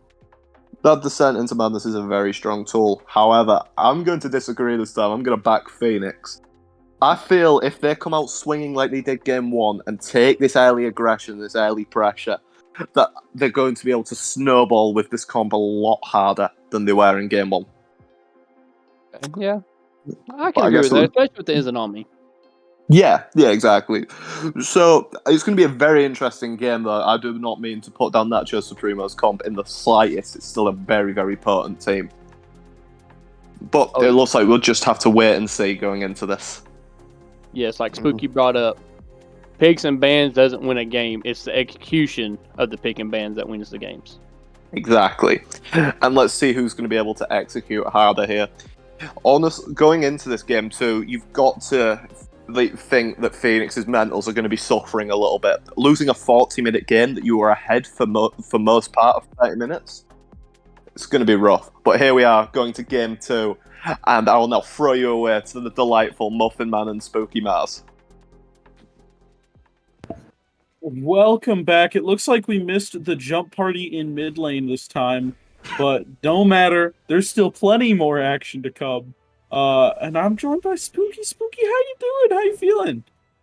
I mean, it is hard to feel anything but absolutely mad excited after the conclusion of game number 1. I mean, like we touched on the desk, right? Fenyx in control for 40 minutes just for it to slip away on the last few seconds. But they're on some high comfort picks right now. Commodities Kukulkan is, I would say, notorious in the league, right? Everyone knows this pick from Commodity, and him getting back onto it now, that's got to be huge for his mental. It's got to be great to just feel that comfort. And all in all, I think these drafts are really, really interesting, Muffin. Like, the whole picks and bans phase was like a game of chess. I mean, the Gilgamesh lock-in to take it away from Jargon. Well, fine, they left the Achilles up intentionally so that Jargon could get that for himself. The Ganesh pick into the Tsukiyomi was just a great move. You know, Tsukiyomi's ultimate does a lot of damage. Once it's over, he's right there in the middle. He's right in front of you. If Gap 4200 just silences him, what does he do then? He doesn't get to do anything. The Cthulhu, though, that one's a little interesting to me, being picked into this Achilles, Muffin, and I can't help but feel that it might cause them some issues in these late game fights, Jargon being able to execute him in that ultimate. Yeah, it could cause some issues in the late game fights. It could, it's a struggle, and I don't know if I necessarily agree with it on that last pick. Kukulkan and Izanami are some shred characters. They will shred your health bar in a matter of moments, and the fact that they only need to shred about 75% to 80% of it is a little worrying for me to pick that pick. Yeah, it's going to be very easy for a Panda to go into the concise, just deal that health percent damage to Y guy. One thing I did really like in the draft, but hang on! It looks like this Ganesha is extremely low, but they are not going to be able to pick up a kill there. But Ganesha's still sticking around. Panda Bear also extremely low. Took a lot of minions there. That Heimdall is looking to grab some poke there, but not going to be able to do anything. Sobek lurking. Oh, Sobek isn't going to be able to land it. And Sobek now in some trouble. End of days is going to be looking to get taking a lot of poke here from Panda Bear. And, this is very tense duo lane situation. They're both very low. Now, luckily for End of Days, though, he has that Death's Toll online. He can use those Sobek is going to be able to land a pick, and he's going to knock up a little bit towards the end of that dash. Panda Bear be able to get the kill? And Panda Bear's gonna be able to get the first blood of the match. Yeah, I can't help but feel that Cat 4200 really overstayed his welcome there. You know, after that initial engagement, super low, at that point you kind of just have to back off and reset. Your shell is down. Don't have any innate healing in the Ganesh kit. Just take the L, go back to base. Sticking around, it really costs them. It's not insurmountable, but that 500 gold lead going over to Fenyx, that's still significant. That's still something to be concerned about, especially with how aggressive and how controlling they were in game number 1. You don't want to give them any lead you don't have to give them, and that one I feel was pretty easy to avoid. I think a big thing to touch on is that left side of the map was where Fenyx struggled last game. That was the biggest part of the map where they just could not, you know, they had lost that side of the map. But this time, Panda Bear's coming in with a lead, and a lead on Izanami. It's very easy to grow a lead on Izanami. So I am excited to see. Hopefully, Panda Bear can turn around what we saw last game, and make the exact opposite happen. So you're saying it's easy to grow lead on Iza? Apparently, I'm casting with Dinosaur today, guys. Sorry I misintroduced him as Spooky Mars. Oh, you should have known by now. But end is very low here, and they're going to be able to, Kid Who Sucks going to be able to pick up the kill onto him as well. And this duo lane is looking dominant, dare I say, in these first 5 levels from the side of Fenyx. I mean, you gotta be careful, you know, especially against a duo lane like this, right? Izanami is known for having mad lane pressure in the early, like, levels 1 through 5, she just has the pressure. With a Sobek paired up with her, that's a lot of kill potential. I don't feel that Nachos Supremos has really respected that kill potential here. I mean, Cat 4200 overstaying, end of day stepping a little too far out, not positioning around the Sobek quite as safely as maybe he should be. And once again, we see Cat 4200 going for this war flag again on one of these more passive style gods that aren't really looking for aggressive. Oh, a nice block as well, getting the beats. That is pretty significant in that mid lane. I mean, Scylla's a safe god, but you've just taken away one of her tools there. We could start seeing a lot more action happen on this mid lane, but take a look at that right side. Jargon is going to be able to pick up a kill onto him, and they're looking for the second one here as Gilgamesh also are going to go down. Narcos getting picked up as well, and they are doing very nicely on both of their side lanes right now. They're going to grab all that farm. Dai's looking for that speed buff invade as well, and they're going to find it. And this lead is already insane. We're already seeing a 3k gold lead, and that's only going to get bigger as they take this farm from Nachos Supremos on their way out of this jungle. I mean, a 3k gold lead at less than 6 minutes. I mean, I know I said earlier that the first blood wasn't insurmountable, but this is quite dire. This is not a position you ever want to be in any game. Normally, a 3k gold lead is, you know, it's not the best thing to see, but you know, it's not unwinnable. Yeah. This early into the game is looking like a big snowball effect is quite likely to happen here. And once again, you just the positioning from Nachos Supremos just doesn't Fenyx, you saw it right there. And over here, you see Narcos taking these harpies as Kid Who Sucks is rotating around. It just doesn't feel like they're putting the appropriate amount of respect on their opponents right now. I will say that Cuckoo Khan and Izanami both pair extremely well with Sobek, because normally when you're playing against Izanami, you don't want to position inside the wave because you'll take a lot of poke damage from Izanami's autos. But because there's a Sobek there, you're kind of, and because there's a Cuckoo Khan there, you're kind of putting a catch-22 where you're either going to have to take damage from the wave or be at the risk of a pluck. So you have to be very careful with your positioning as well, and you're putting a very catch-22-esque space, and I think that's a lot of the reason why Nachos Supremos hasn't been able to properly respect this Sobek's ability to pluck. It's definitely a tough situation to be in. But at that point, I think they just kind of have to sit back under their tower and let those waves push up, right? They're not going to freeze in the first few levels. That would just be incredibly inefficient from them. And in mid lane, there's so much farm for them to get around the map. If they try freezing that, you could just leave and go get some of those jungle camps. if they just play a little bit safer, I think they're in a much better spot here. They've got to allow themselves some time to get back into this game. Already, you see Panda Bear going for the second purple buff invade, just completely shredding it down. And End of Days, he might look for something with Panda Bear Ash being half health, but it's not likely. I mean, with the Sobek being on that side of the map as well, you're definitely risking something, and there's a big fight coming around at this red buff, but it looks like they're not caring, and they're just going straight for Panda Bear. Gilgamesh getting in there. Zelda is going to go down as Kid Who Sucks going to be able to pick up the kill, and Izanami is in the air and is going to die on her way down. End of Days not in a good spot himself, though, and he will also be taken away from this fight. Kid Who Sucks looking to clean up Gilgamesh all on his own, but at the end of the day, it looks like Fenyx just growing their lead. Poor Dharmic pillars there ended up with Zelda walking into the pillars just for a second, for a second, right? But that second is actually what gets Zelda caught by Die Violently's Piercing Moonlight. He's at the very, very tip of that ultimate. Gets hit by 2 beams, and from there, Zelda knows he's done.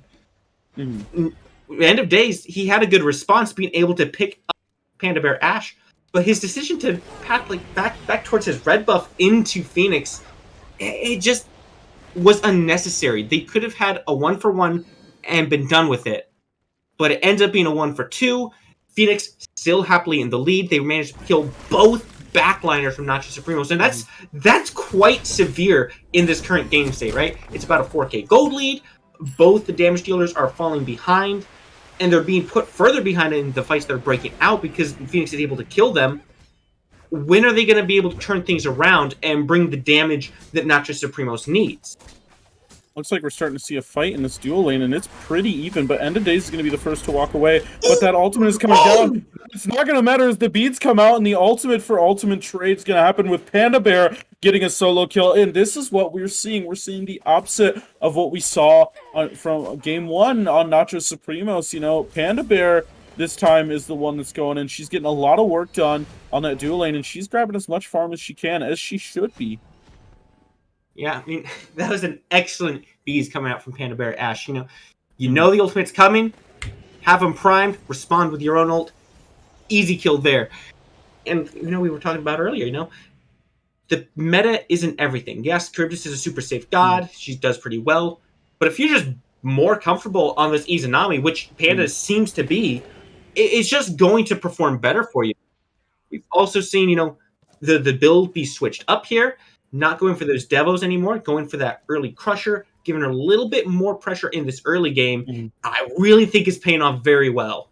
Yeah, I mean, when you compare Crushers to Devos' pressure, it's such a wild difference in how much more damage and pressure that Crusher can give you. So I 100% respect the build switch up to where not only is she not going, triple lifesteal this time, she's also getting that Crusher, getting that early pressure, which is something I really like on Izanami. And looking over the bills still here, we do see, Kamadi, he's got that Book of Toth almost fully stacked there. It looks about 50 stacks out of the required 75. Book of Toth has come back into the meta in a big way recently with the Book of the Dead buffs. But on a Kukulkan, it hits so much different. It already converts some of your mana to power. Kukulkan's passive does the same exact thing, so you're basically double dipping on it. And then he's probably going to go the Book of the Dead. This Kukulkan gets so much value out of this mana build. I would be very concerned with the lead that he's starting to get. It's only level one level right now, but we already saw how Fenyx is able to snowball those. We already see the gold lead spooling up. There's a Gold Fury on the map. It's about 12 minutes in. It's looking like prime Fury time, honestly, for Fenyx. Nachos Supremos, they've got to get their wards up, which they do have them around that Fury, but they've got to be ready for the rotations. They've got to be ready to make a counterplay, maybe on the Pyromancer. Yeah, I mean, what I'm seeing right now is not what I like. I don't see Fenyx posturing or looking for that Gold Fury. Right now, I should see them, kind of starting to get over there, get wards on the map, look for something over there. But instead, they're staying on this mid lane and not really accomplishing much when they have a gold lead. They have, they have a level lead. They have so many leads, but I don't think they're properly utilizing them right now. That's exactly right. You know, Nachos Supremos is perfectly happy with the way this is going right now. Sure, they're not happy with being 4K down at 6 minutes. Oh, hang on.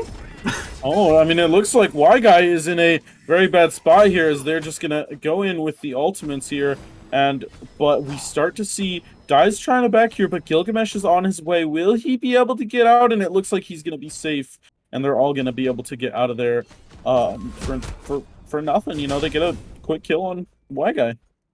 Yeah, a little early with the ultimate there, but you know, Achilles' ultimate, it does damage whether you execute or not. And if you have 3 people there, you know, maybe it's worth it. Y Guy, for his part, makes the wise decision, holds on to his ultimate. He knows he's already too low to really get out of this one. Just save the cooldown and be ready for Nachos to make a play over there later on. But, you know, once again, it was 3K at 6 minutes.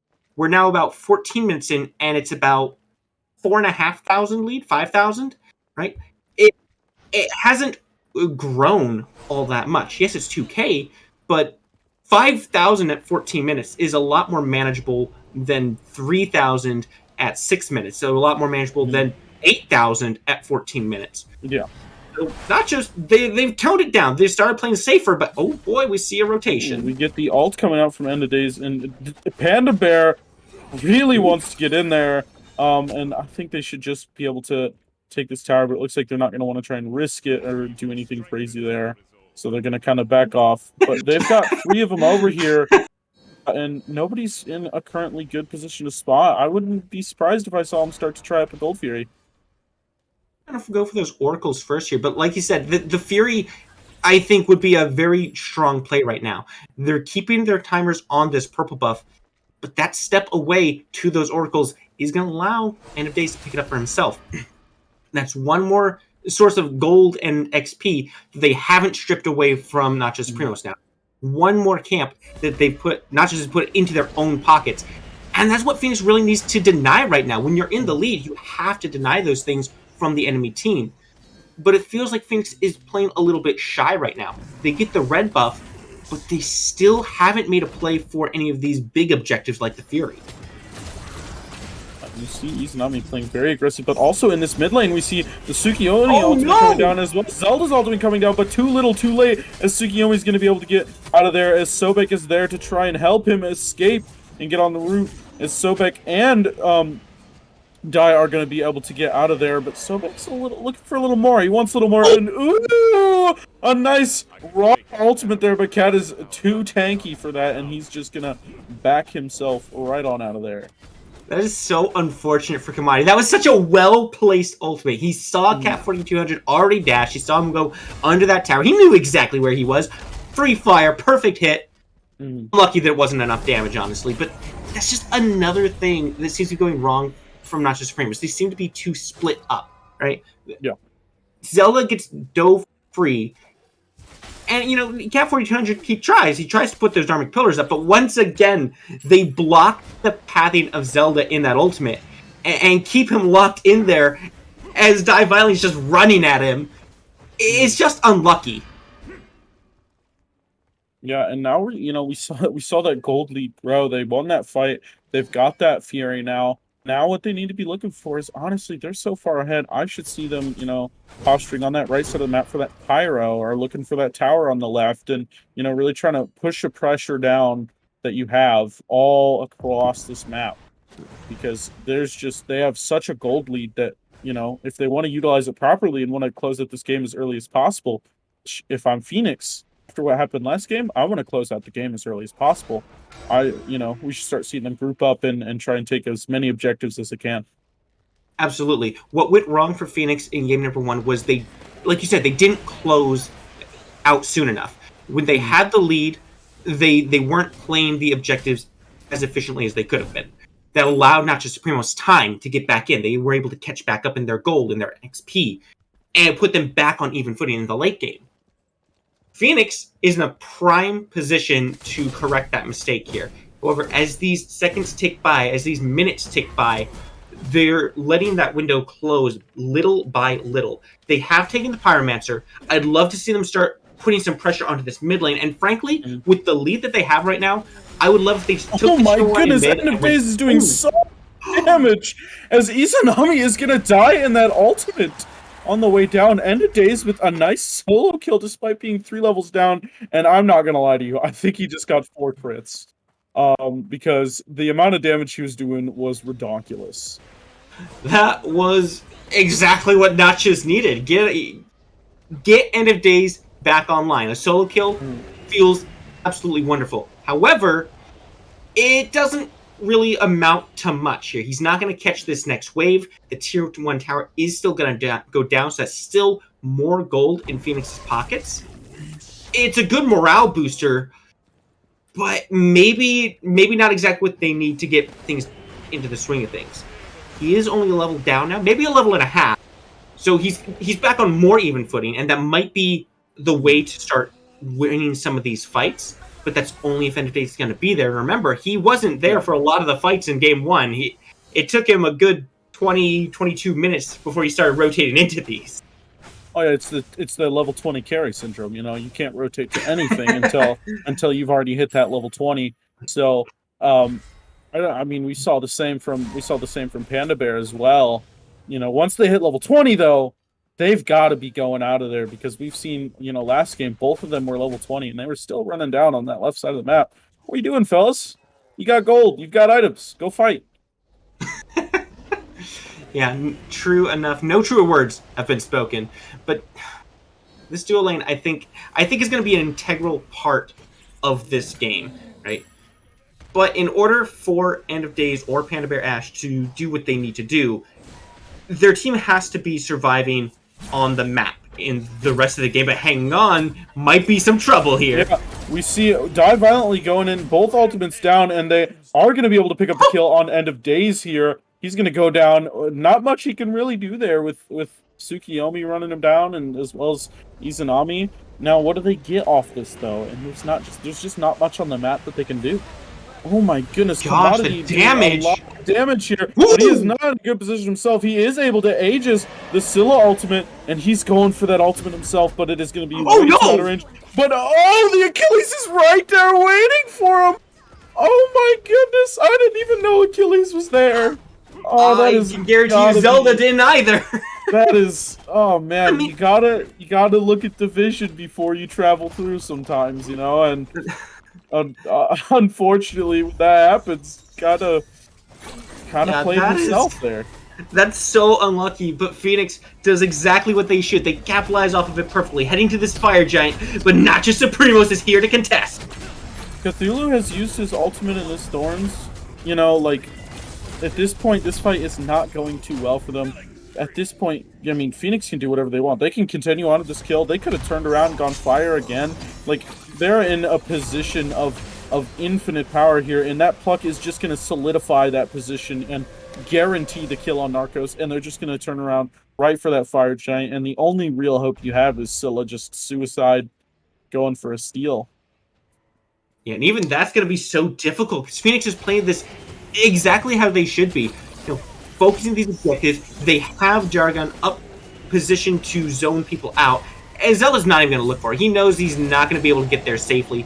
It makes a late rotation, but I think it's just to drop down a little bit of vision to make sure he's not getting rotated on. But this is the big thing. Nachos Supremos in Game 1 didn't have enough wards. In Game 2, they're continuing that trend. They just don't have enough vision of where Fenyx is going to be. Fenyx is constantly rotating as a unit through this entire map, right? You're not catching one of them alone. They're catching one of you alone. And if that's a 1v1 between Jargon and Zelda, after Zelda's already lost most of his health bar, that's perfectly fine with Fenyx. They'll take that any day. They've got to get some control over this map, even if it's just their own jungle. If you look at these wards, though, you'll notice Fenyx has one player doing the Muffin Special, is what I like to call it. It has only one ward 20 minutes into the game. I mean, despite Fenyx still having more control of the vision, you know, one ward is really not acceptable, and I can guarantee you that was a free ward placed early on in this game. Yeah, most definitely was. But now Fenyx with the Fire Giant, they're just running down this left lane. They're looking to possibly pressure a Fenyx 22 and a half minutes into the game with multiple towers still standing. I don't think they cared at all at the start with that there were 2 mid towers still. I mean they are, I mean, they're ahead and they know they're ahead. They want to push as much as they can, and it's crazy. A 12k gold lead at 20 minutes in the game. I mean, if you're Fenyx, why not siege a Fenyx? Because you've got that potential. You've got a really good siege, and the defense from Nachos Supremos isn't crazy good. They have a decent defense, but it's nothing. They don't have like a Merlin or someone who's just crazy on defenses. Yeah, this time around they're working with Cthulhu, they're working with Gilgamesh, right? They don't have the Geb and the Odin Cage to really lock people down. Yes, the Descent into Madness causes a ton of disruption and it buys a lot of space, but it's very easy to just back away from. And with Jargon on this Achilles, who's 4 levels up, they don't even necessarily have to back away from it. They can just put some damage into the Cthulhu and then just execute White Guy. They have no problem with that. Now they've taken all the towers off the map. They've gotten the Oni Fury for themselves as well. This sets up their next push so perfectly. They're just going to go back, reset, spend this massive amount of gold they've got from this push. And frankly, the defense is looking very, very difficult for Nachos Supremos. Now, they do have one thing that is going for them. This fire should be running out pretty soon here. So that'll be kind of nice. Actually, it turns out they have about a minute left of that, so maybe they can make something happen there. These Oni waves are coming in. Fenyx has got a lot of room to make something work, but they've got to make it work quickly. It's going to be a tough defense, right? Even if this Fire Giant does fall off, Fenyx has a 14, 16k gold lead and Oni Fury. Oni minions. And now End is in some trouble. No he's gonna be able to use his crystal. Oh no! I'm waiting for him at the other one, and they're gonna be able to pick him up. That's the second time that's happened. That was coordinated. That was, hey guys, we found Heimdall's portal. Pressure him. And they do just that. Now the Fenyx is in danger. That Fenyx is 100% going down. Dharmic Pillar's coming out, but Tsukiyomi is looking to capitalize. He doesn't care. He's going straight for that backline. Cat in a very bad position. Kukulkan ult coming out. White Guy taking a lot of damage here, but Narcos is going to be able to pick up the kill onto Panda Bear, and Zelda is the only one alive still on Nachos Supremos. I don't think that's going to be enough. Zelda only level 16. I think they're gonna try and go for this end call right now, as and Zelda's gonna have to make a miracle happen. I don't know if he can do it. He finds a lot of damage. The is gonna come down, and that is gonna be the end of game 2. Fenyx taking a very, very, very dominant showing coming through here, but it looks like I might have been wrong here as they start to put up a little bit of defense, but they're just gonna end the game and close it out. What a dominant showing from Fenyx. I mean, Fenyx has looked very strong in the early game in both these games. I mean, Nachos Supremos, they have to clean it up. They cannot allow their early game to suffer like this. They're gonna have to clean this up if they want to win in game number 3. They can't let themselves fall behind 3k in 6 minutes. They've got to change something, and I really think they just need to put some early wards down. I think you're 100% right, and the only other thing I would change is you got to play safer on that duo side of the map, especially when you have a Heimdall Ganesha. That's not some crazy pressure duo. That's not gonna really give you a lot of stuff. But we're gonna have the desk talk about it a little more coming up right now. And welcome back, everyone, to our beautiful faces. I'm Big Ian. Joining me is Dirty Harry.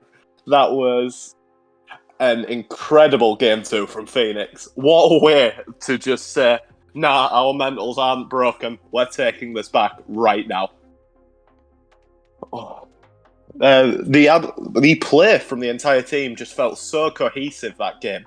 Like, the Tsukiyomi, the Achilles, just everything felt like it clicked. Panda Bear Ash having a larger impact during this game 2 in comparison to game 1. Like, really, really swapping up how they were playing. What are you thinking after that game 2, Harry?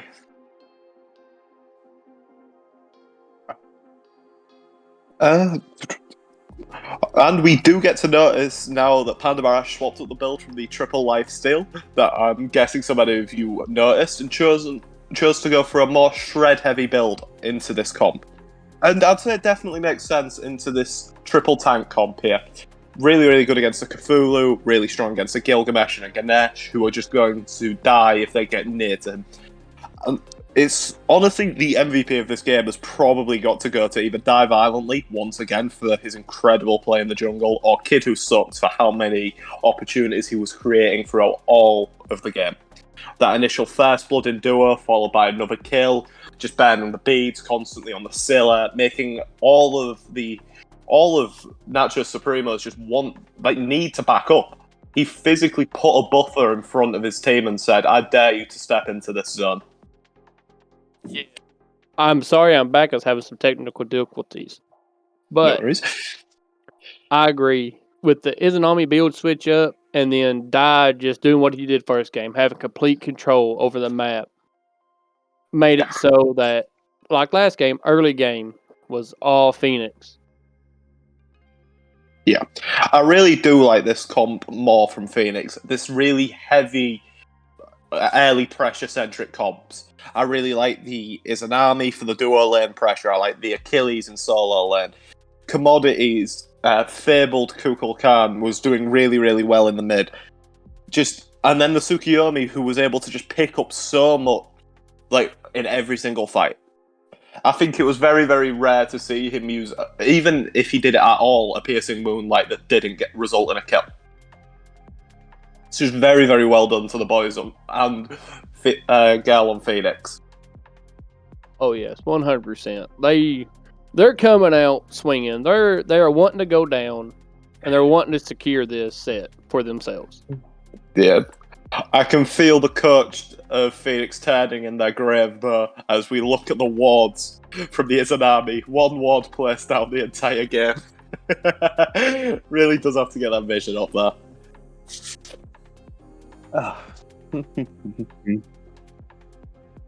Right. Honestly, we're going to have to see some swap-ups from Nachos Supremos going into Game 3. I don't know what needs to change for them directly, but something needs to change right now. They need to respect Fenyx a lot more during this early game. I agree. Do you think they're going to go back to the original bands they had first game with the Izanami band, the Kukulkan band, and do you think they're going to throw in a Sobek band now after that game? Maybe. We could. It says a friend of mine said in the previous cast, every single game in playoffs develops its own sort of mini meta. And you ban out the gods that are going to hurt your team the most. And I wouldn't be surprised if we see a Sobek ban or an Izanami ban, or even a Tsukiyomi ban, because of how prolific Die Violently was on the Tsukiyomi. But I guess those are answers that we'll have to get in Game 3. Don't go anywhere, because we'll be back shortly.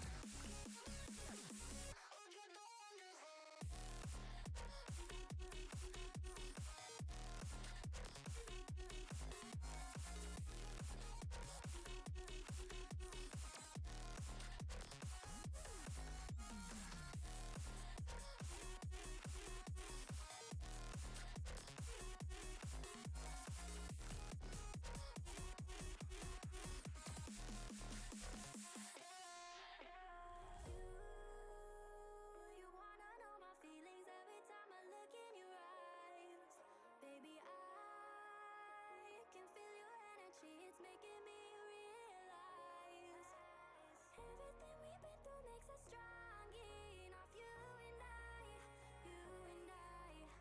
Everything we've been through makes us strong enough. You and I.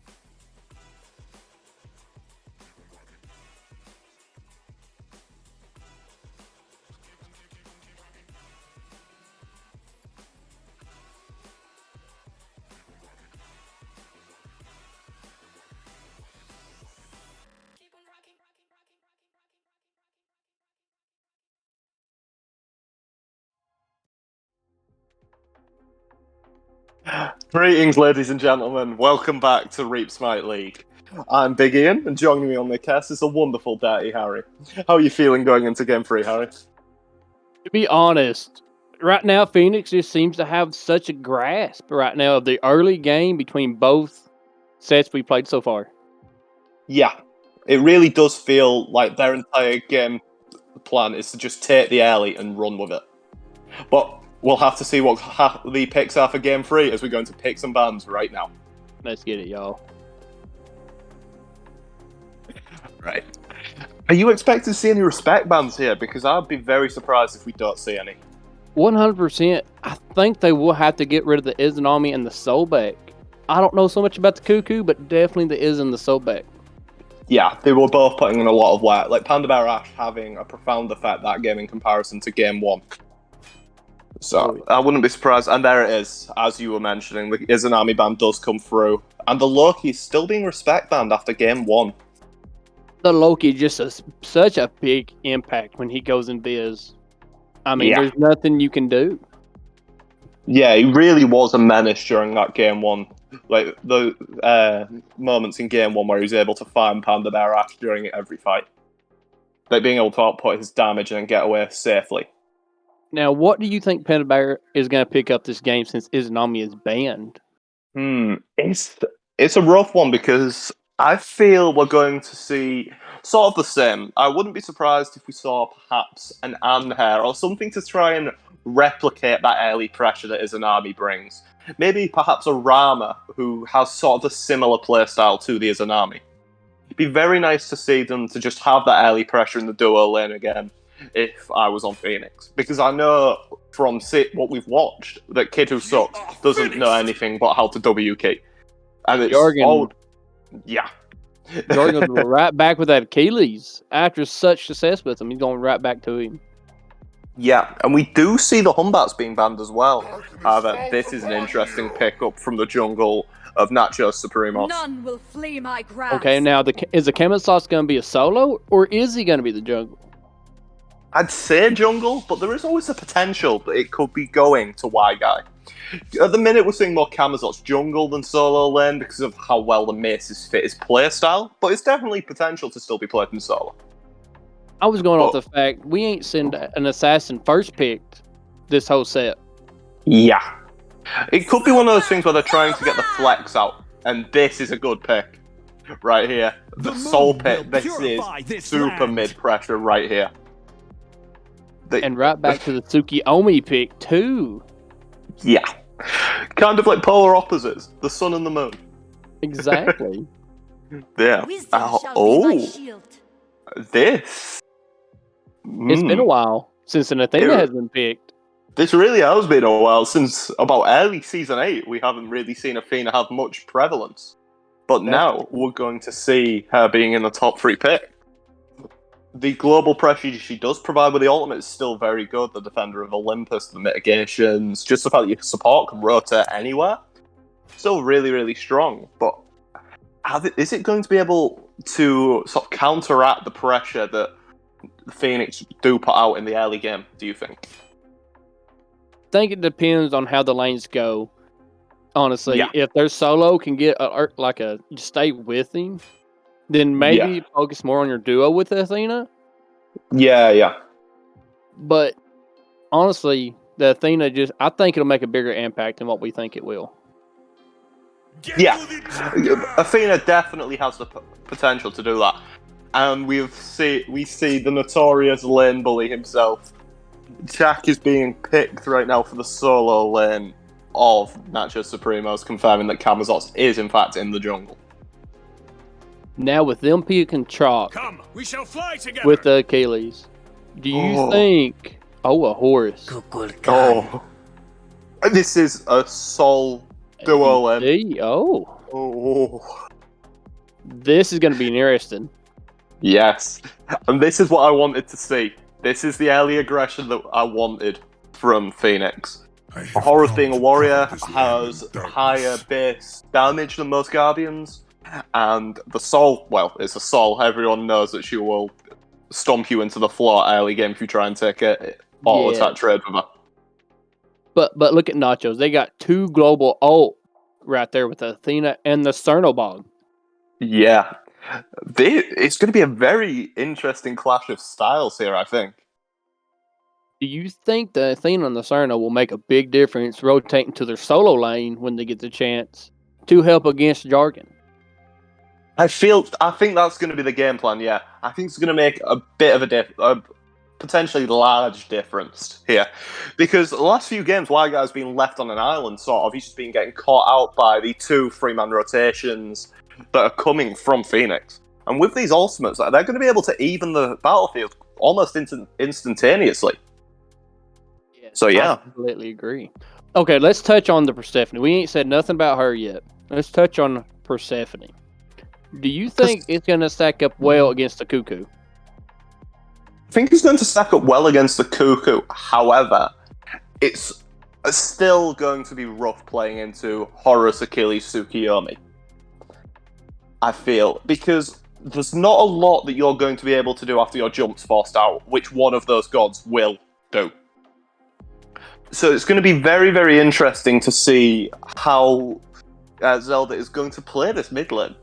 The Athena's there to give a lot of support with these taunts, but are they going to be able to find that value from the Persephone? My thing is, like you said, the value with Persephone. What about her ult? They really don't have anything explosive to throw onto her ult. Yeah, other than potentially the Chak ultimate. But even still, that's not really a lot of high burst. That's more displacement and zoning tool. They've got a lot of zoning tools, but not a lot of instant burst. They're going to be wanting to do contained, continuous damage, rather than this almighty burst that Fenyx are obviously going for with the Sol, with the Tsukiyomi, with the Kukulkan. That's their game plan. They want to take out your picks as soon as they can. But yeah, it should be interesting going into this game 3. It's going to be a true clash of styles here. I agree. Okay, you're saying that burst damage. How do you think that Horus is going to play into their already aggressive play style with Fenyx? There's only one thing that I can see in my mind, and that is the Tsukiyomi Achilles getting dropped into this backline, and then the jumps and the dashes being forced out, and then it's going to be mayhem for Nachos Supremos. Trying to peel away 2 tanky targets and then a Tsukiyomi as well. Okay. Right. I asked you the first 2 games, and I feel it's only fair to ask you the third as well. Which comp has the edge going into this? Oh, I'm gonna have to give Fenyx this one. Their burst is a lot more than what Nachos is, and Nachos hasn't been as tanky as they have been the last 2 sets. 2 games. Yeah, this is going to be interesting because they have a lot of those tankier comps that they've been running. This game, they don't have it. Are they going to be able to stand that pressure? It's going to be really interesting to see because they're not going to have as much to soak up this Sol damage, and Sol hits like a truck. Yes, especially, I mean, the Sol's probably going to pick up Divine Ruin since it's being tweaked to help out with the chalk. Yeah. We could even see the Kukulkan getting it as well. So, both of them have the option to go for that item, which is very, very strong on the current patch. Yes. Right. But I guess that's enough from me and the wonderful Harry. We're gonna throw you away to Muffin Man and Spooky Mars. That's it from us. See you next time.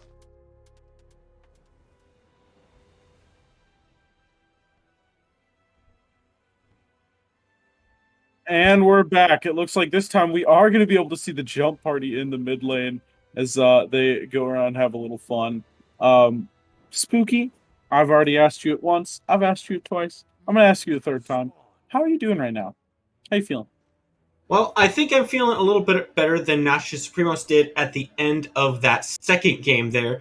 They definitely took a rougher time on that one than they did in game number 1. We've constantly been seeing adjustments from both teams, right?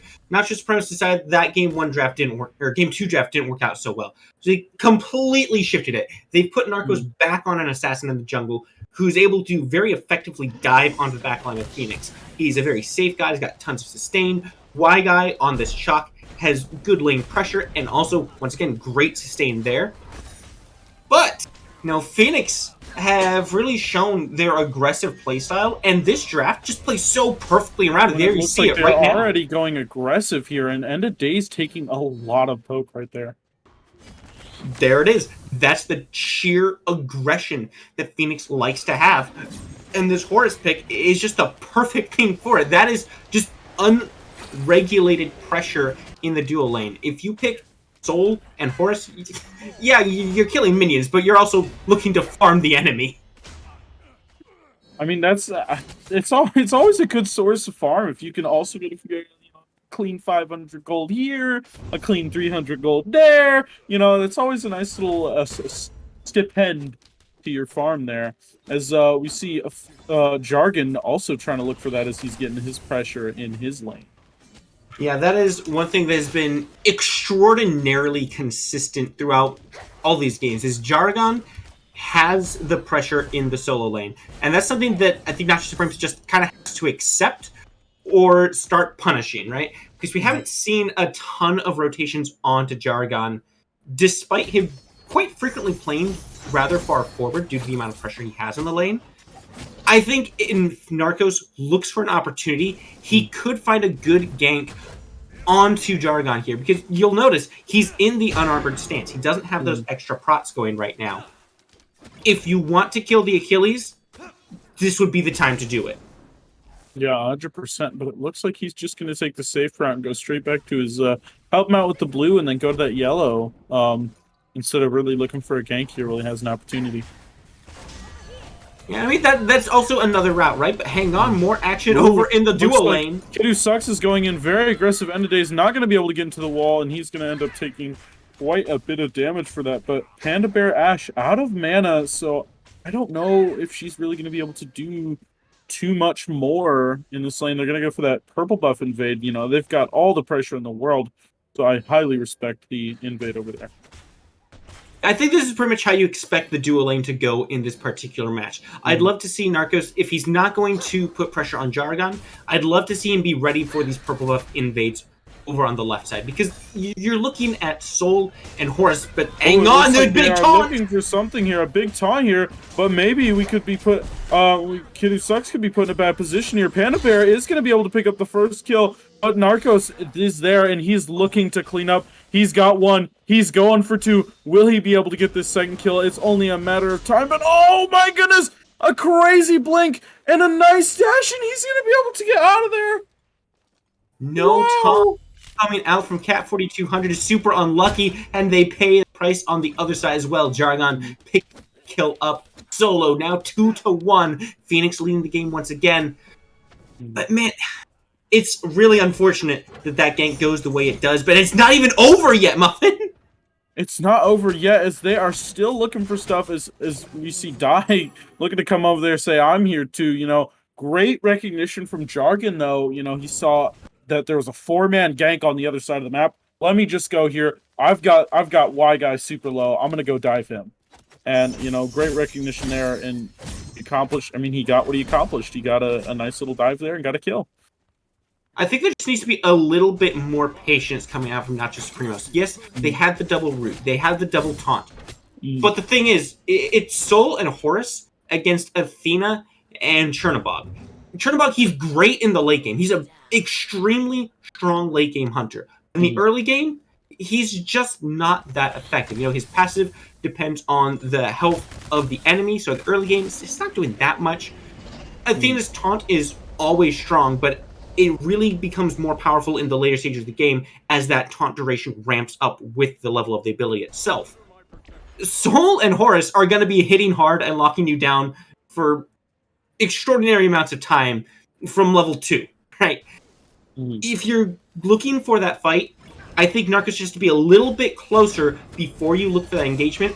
If you only get one, that's fine. Y-Guy is in a very bad spot here. The Chalk ultimate is coming down, but in return, the Achilles ultimate coming out as well, and he is going to go down. A nice gang from the horse here, really showing that, you know, Kid Who Sucks is around this map. He is trying to make stuff happen, and Jargon's, you know, the kind of person to be able to get that done. Chernobog is going to go in with the ulti, but he is looking at that mid lane, it seems, and he's going to get down there and kind of just have to back off. So, I know I've been harping on it for 3 games now, but this comes down to wards, Muffin.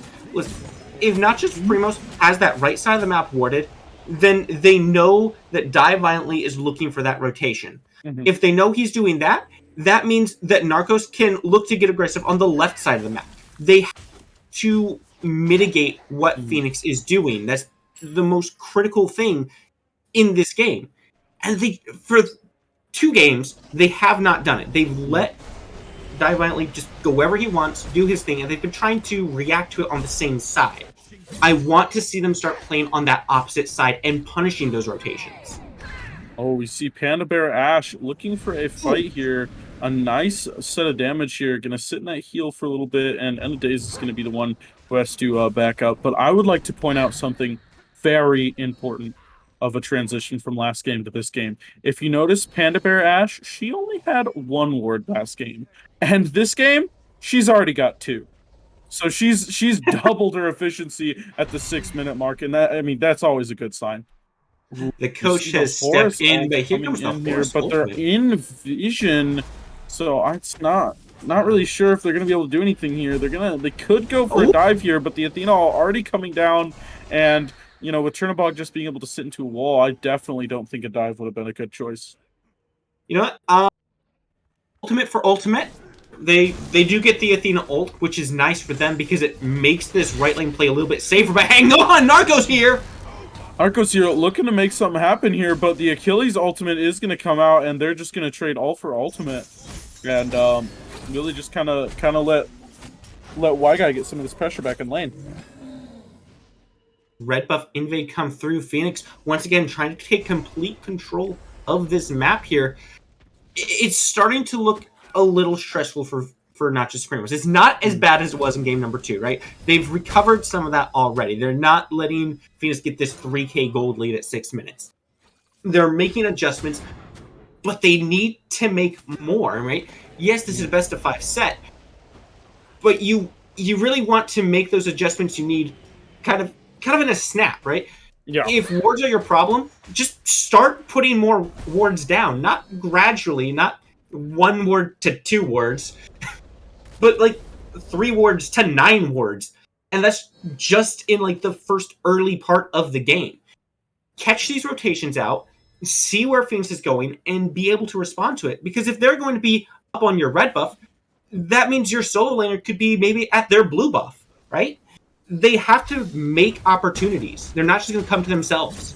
Ooh, Jargon and Die looking in here, and they're doing a lot of damage. They're looking to get another kill onto Y-Guy, and with the Tsukiyomi ultimate coming down, it is almost guaranteed. But Y-Guy is somehow living a lot longer than I thought he would, but he is going to get picked up with that execute, and they're just going to pick him up. A little sloppy, but they are going to be able to get away with it. Kid Who Sucks in the ultimate, as using the Horus ultimate as an escape. Not done very often, but when done successfully, feels real nice.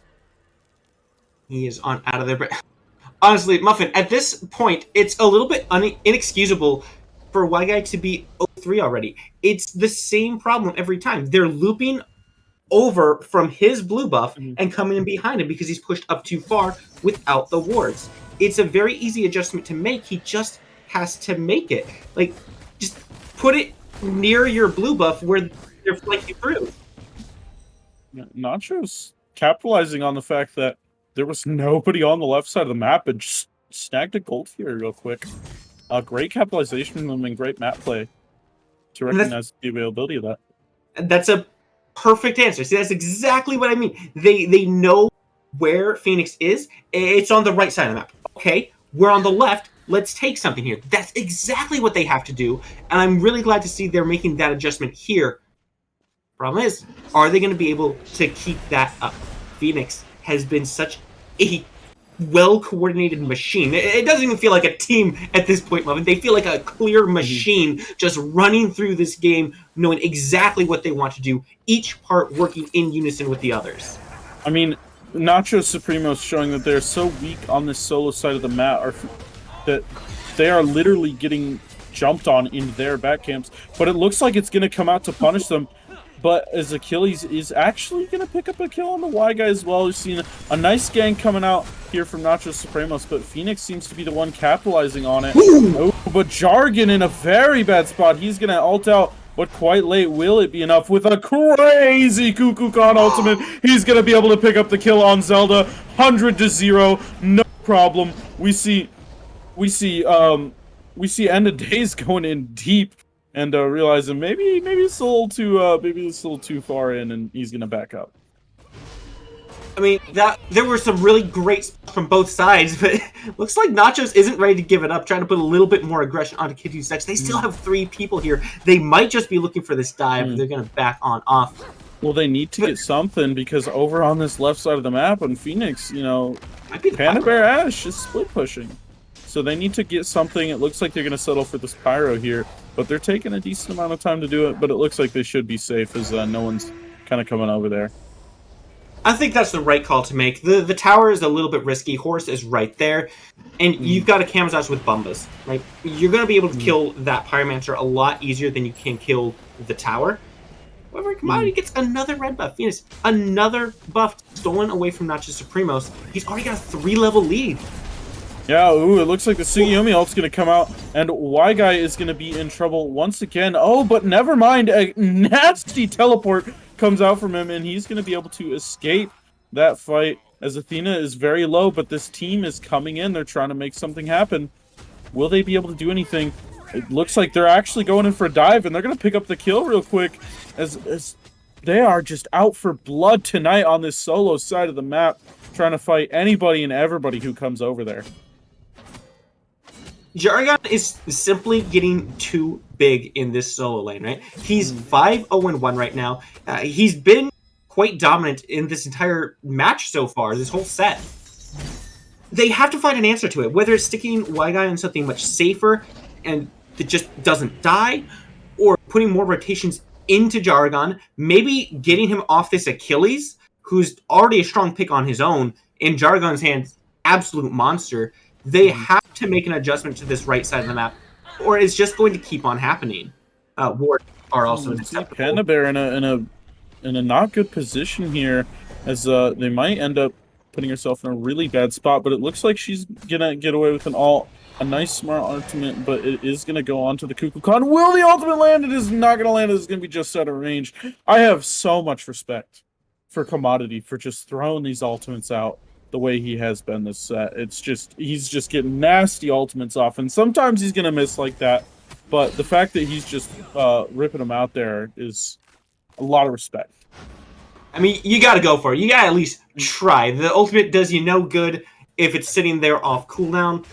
It doesn't do any good if it's on, if it misses, but at least you went for it, right? You could say it zones.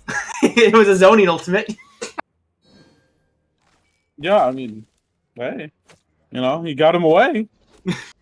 No, you're absolutely right. That's exactly the kind of thing you need to do. As his dive comes out of the tower. Dive is coming out, and we see Sukiyomi in the perfect position to capitalize. The ultimate, though, coming out from Zelda. Nice position placement. She is going to go down for it, but they are going to be able to pick up a return on Kid Who Sucks and die. So what a fantastic ultimate, as well as this Athena ultimate coming out here. We're in a 2v3, but it is pretty close here. We see, oh my goodness, Narcos is going to go very low, but he is just, oh my goodness, he is not going to be able to get taken down. But Y Guy in a very bad spot. Will he be able to get out? We see Commodity also on the chase. He's looking, but he misses his one, so he's not going to be able to pick up the kill there. Panda Bear getting a kill of her own on the other side of the map, though. Quite nice from her. I mean, it just feels... It feels a little uncoordinated from Nachos Supremos, right? They get a kill under that tower, and it feels like, okay, we can back off now. We can reset here. Y Guy, though, he just keeps on going in. He's looking for more, and yeah, he does get the kill onto Die, and that's an important kill. But if it costs you your life too, then it's now just a 1 for 2. Or a 2 for 2, actually, because also Zelda went down in the mid lane. They've got to clean this up a little bit. They have to be focusing one target, and they have to match Fenyx's cohesion, because these guys, they're already on this Fury over here. They're taking the Primal Fury down, and even though Nachos got the first Fury, they don't have the lead. In fact, it's growing and growing in favor of Fenyx. Yeah, and you know, it's definitely not as bad as last game, but they still do have you know, quite a nice lead. And even after the Gold Fury, it's only about 4K. This is something that, you know, we saw Nachos Supremos come back from a pretty similar lead in game 1. You know, they just got to stay in there. They got to try their hardest. A lot of their picks are very strong late game. You know, that Persephone, that Chernobog, also just very strong late game picks. You know, if they can make it to that late game, they've definitely still got a chance. But the question is will they make it to that late game? As you know, the lead is already getting there. It's getting bigger. We'll see, you know, we'll see how they adapt and how they handle to that lead. Yeah, like you said, it's 4K and it's at 16 and a half minutes, right? It's not unbearable. It's not insurmountable. You're not in the 99th percentile right now. You're not even in like the 80%. Mm-hmm. You're still looking at a closer to 50% chance, right? It's nothing too dire yet. But if they want to have that chance to bring it back, they have to clean up their mistakes. They have to get back on the same page. They've got to get this vision control down. And they've got to have an answer to the dive that Fenyx has been presenting. It's been consistent throughout all these games. Jargon and Die Violently constantly just looking to get in there, make these plays on the back line, and they've been allowed to get in there pretty much every single time. Y-Guy, for his part, was able to start putting up a wall towards the end of game 1. But how often is he going to be able to do that? How long can he take to get there? Yeah, I mean, it's a big matter of time, and Nachos Supremos is looking to buy as much of it as possible. And right now, I don't think they're doing the right thing to do that. But it looks like a nice little ultimate from Nachos there is going to kind of get Tsukiyomi lost. But they are still going in. They're still looking. This is a very closed-off fight. Jargon going in, getting a lot of work done. Narco's going to pick up a kill, but a 3-man Cuckoo Card ultimate is going to come out and completely turn that fight around. What a crazy ultimate. Look over in that left lane, though, and you'll notice that this whole time, Panda Bear Ash has been split pushing and gets a free tower in a 4v5 win. Fenyx just won a 4v5 on the other side of the map. You touched on it earlier, but Commodity with the ultimates is showing up so big today. He just throws them out with the utmost confidence, and it pays off so massively. You see 3 members of the enemy team stacked up, no shot he's not throwing that ultimate out. But the decision to aggress onto Jargon, it just puzzles me. He's level 16. He's 7-0. He's not dying, and he's got the thorns online as well. So you try to engage on him, he just pops the thorns, starts redirecting damage, and you even committed a frenzy onto it. You tried to frenzy just to kill Jargon, and he kills you instead. Like,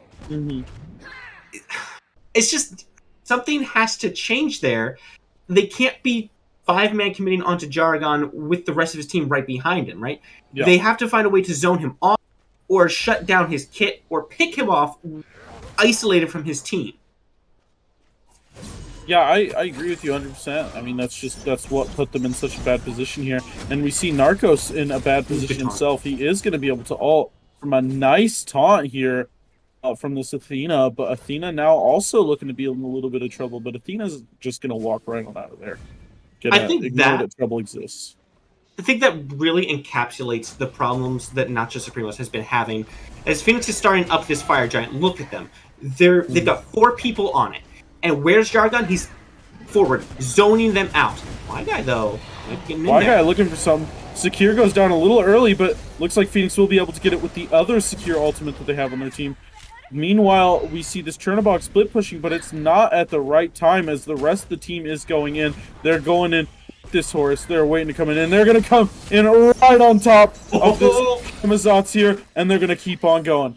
They're going to keep going, and they're going to take this tower here, and this is where you've got to back if you're end of days. You don't want them going for that Fenyx there, and you got to try and pull off or mount some kind of defense. And they're actually going for this Fenyx. They have no minions. They're 20 minutes in, but it's a 5v2 on this one, and it's looking bad for the Nachos.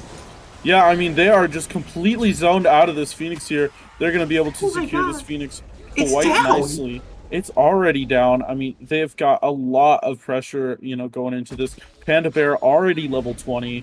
Going to be able to shred these towers and Fenyxes, especially with that Fire Giant. It may be 20 minutes in, but Nachos Supremos is starting to look like they're in quite a hole. And once again, Fenyx moving as one unit. Nachos Supremos, again, is just completely separate and disjointed throughout that fight. We saw it when Narcos and Cat got caught out, and we saw it at that Fire Giant. End of days he's trying to find something on the map. He's pushing down the left side. And if that's the call, then I respect that. That's a respectable decision to make if you don't think you can get that Fire Giant. But if that's the call, then the rest of Nachos Supremos need to not be going into that fire pit. They cannot fight there. Worse, they can't be sending Y guy in first and then Cat jumping in after. They have to present a unified front against Fenyx, and in every single fight it just feels like they've been getting split apart, and the defense they could muster is just completely shattered by the hammer that is Fenyx. I mean, this game has really looked like a 5v1 v1 v1 v1 v1. We see Fenyx coming in as a group all together, and then Nachos Supremos all playing by themselves, and they're not communicating together as a unit. And if we see them communicate together as a unit, I think they can really turn this game around and start doing some. We see End of Days with this relentless split push. He's in that solo side of the map, also split pushing. He's back now, but you're a Chernobog. What happened to his health bar? That's the solo laner. Oh my goodness. He is just immediately gone as the horse is going to come out, and they're going straight on top of Zelda as they are going to be able to pick her out too. And Athena also looking to come in there. End of Days not in a good spot himself. His Aegis is going to go down. Athena with a great taunt. Kamazot's getting in there, but he just doesn't have enough damage to be able to really accomplish it. This Fenyx is going to go down on the side of Fenyx, and they are looking strong here. They're pushing forward. They've got this pick on the Athena here. I think they're going to go for it too. Ultimate from Google Cloud, as well as this crazy capitalization for the rest of Fenyx. They are looking to end this game right now, and they're just going to do it right there. Another dominant performance from Fenyx, and they are really trying to prove themselves tonight. I mean, that was crazy. That was 23-minute game, like a 13-game goal lead by the end, 19-5. Yes, Nachos Supremos had a better early game than they did in game number 2. But unless they can hold on to that and transition that into a meaningful mid-game and a good late game, then it's just not going to pan out. They have to tighten up and keep this together. They just have to keep control of this early game, and they need to get wards down to stop letting this slip away. Yeah, I agree with you 100%. Them not having wards is really what's causing this snowball effect. We see them getting that early lead in solo every single game, and it's because they're focusing down Y guy, because they've been shown, and they've been shown time and time again, that they can do it, and that they're going to get away with it, and that there's not going to be any consequence for doing it. And really what they need to do is the consequence can be enough of just wasting time. But anyways, we're going to let the desk handle the rest of the talk. Right. Welcome back from me and Harry. That was a very, very dominant showing once again in Game 3 from Fenyx. Although a slightly better early game from Nachos Supremos, just not being able to handle this extreme pressure they're putting out. Focus on the solo lane is just, there's no help for him, realistically. He's just being left by himself, and they're punishing it every time. Even when he's not, they're still managing to get away with these wins because it's already too late.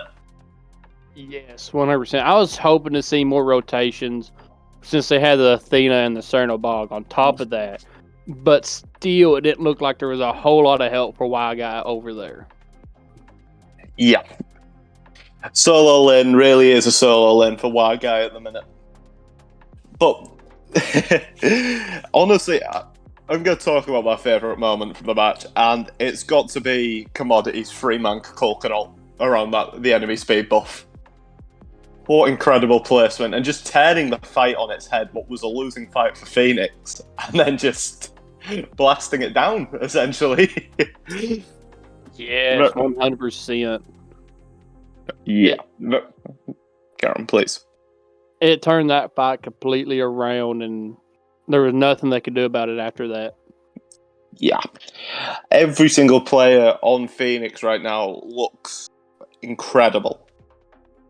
Like, Jarrigan is doing what he's done every single time we see him play. He's putting out the pressure, he's doing his job, he's making the space, he's getting the solo kills. Commodity is being your big, damn, like, AoE best in the mid. Die Violently is finding these ganks and this opportunity to help every lane. Panda Bear Ash is now becoming an incredible ADC, just holding their own against End of Days in what is a complete opposite from what Game 1 was for Panda Bear Ash. Yes, I agree with that. Like, but this game, Die has scaled back a lot of the kills he had compared to the first two games. He was double digits both games. This game, only 3. But Jargon, he is staying on the aggression, keeping the kills. And like you said, Panda Bear has done a complete 180 since first game. Yeah, and Kid Who Sucks on this Horus as well. 1, 2, and 14. Almost an ideal support line. It's just incredible from Fenyx right now. We look at the player damage from Fenyx right now. Every single laner is almost doubling the opposing counterpart. Apart from support, obviously. But it's rough for Nachos Supremos at this point. They need to find a way to shut down this early aggression, but I don't think they have enough bans in the tank. I agree. I mean, you can try banning out. I mean, Izanami. Now, are they going to have to ban out the Soul on top of the Izanami to keep Panda Bear Ash from getting leads? Are they going to have to find some way to get rid of Cuckoo for Commodity? And is there anything they could do about Jargon and Die in general when it comes to bans? Yeah, it's what I mean. This is very, very rough. They're going to need to find something, and they need to find it now. There is no more second chances for another game. They need to win this next game and take it to a game 5. I agree, and that's what we said at the beginning of it. This has the potential to be a game 5 set, and it's going into game 4 now. So we'll not just be able to powerhouse our way back into this, or is Phoenix just going to continue their momentum early game and just take it all the way? Yeah, very, very well done for Phoenix at the minute. Let's see if they can carry this momentum into game 4. That's all from us for now, but don't go anywhere. See you soon.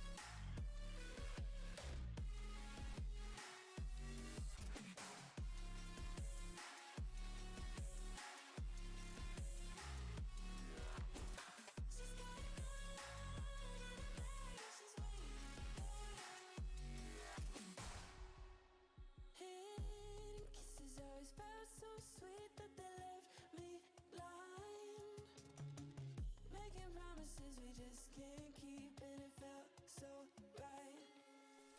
Screws tried to lure me right into an affidavit.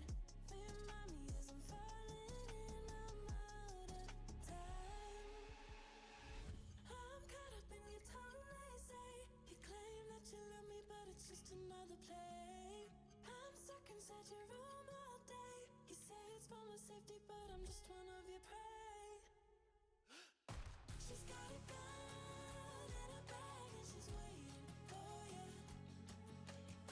She had some time to decide how she's gonna kill you. You can keep running, keep your eyes wide open, but you'll never see it coming, no use.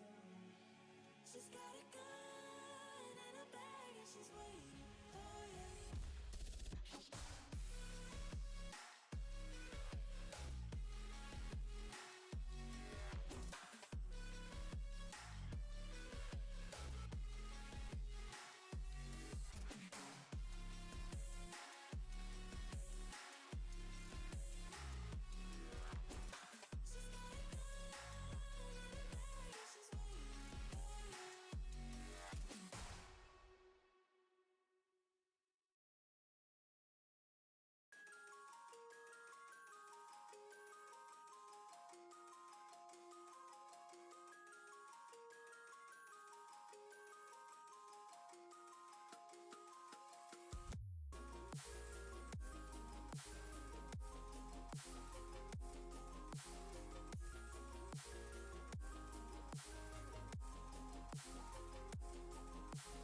I never know when to go. Don't even talk, but you sleep in my clothes. No, it ain't right. I've been stressing at night. We're together, but I feel alone. How long do I stand here in the fire? How long do I try before I'm on my own? How long do I walk across the wire? Stay till we fall.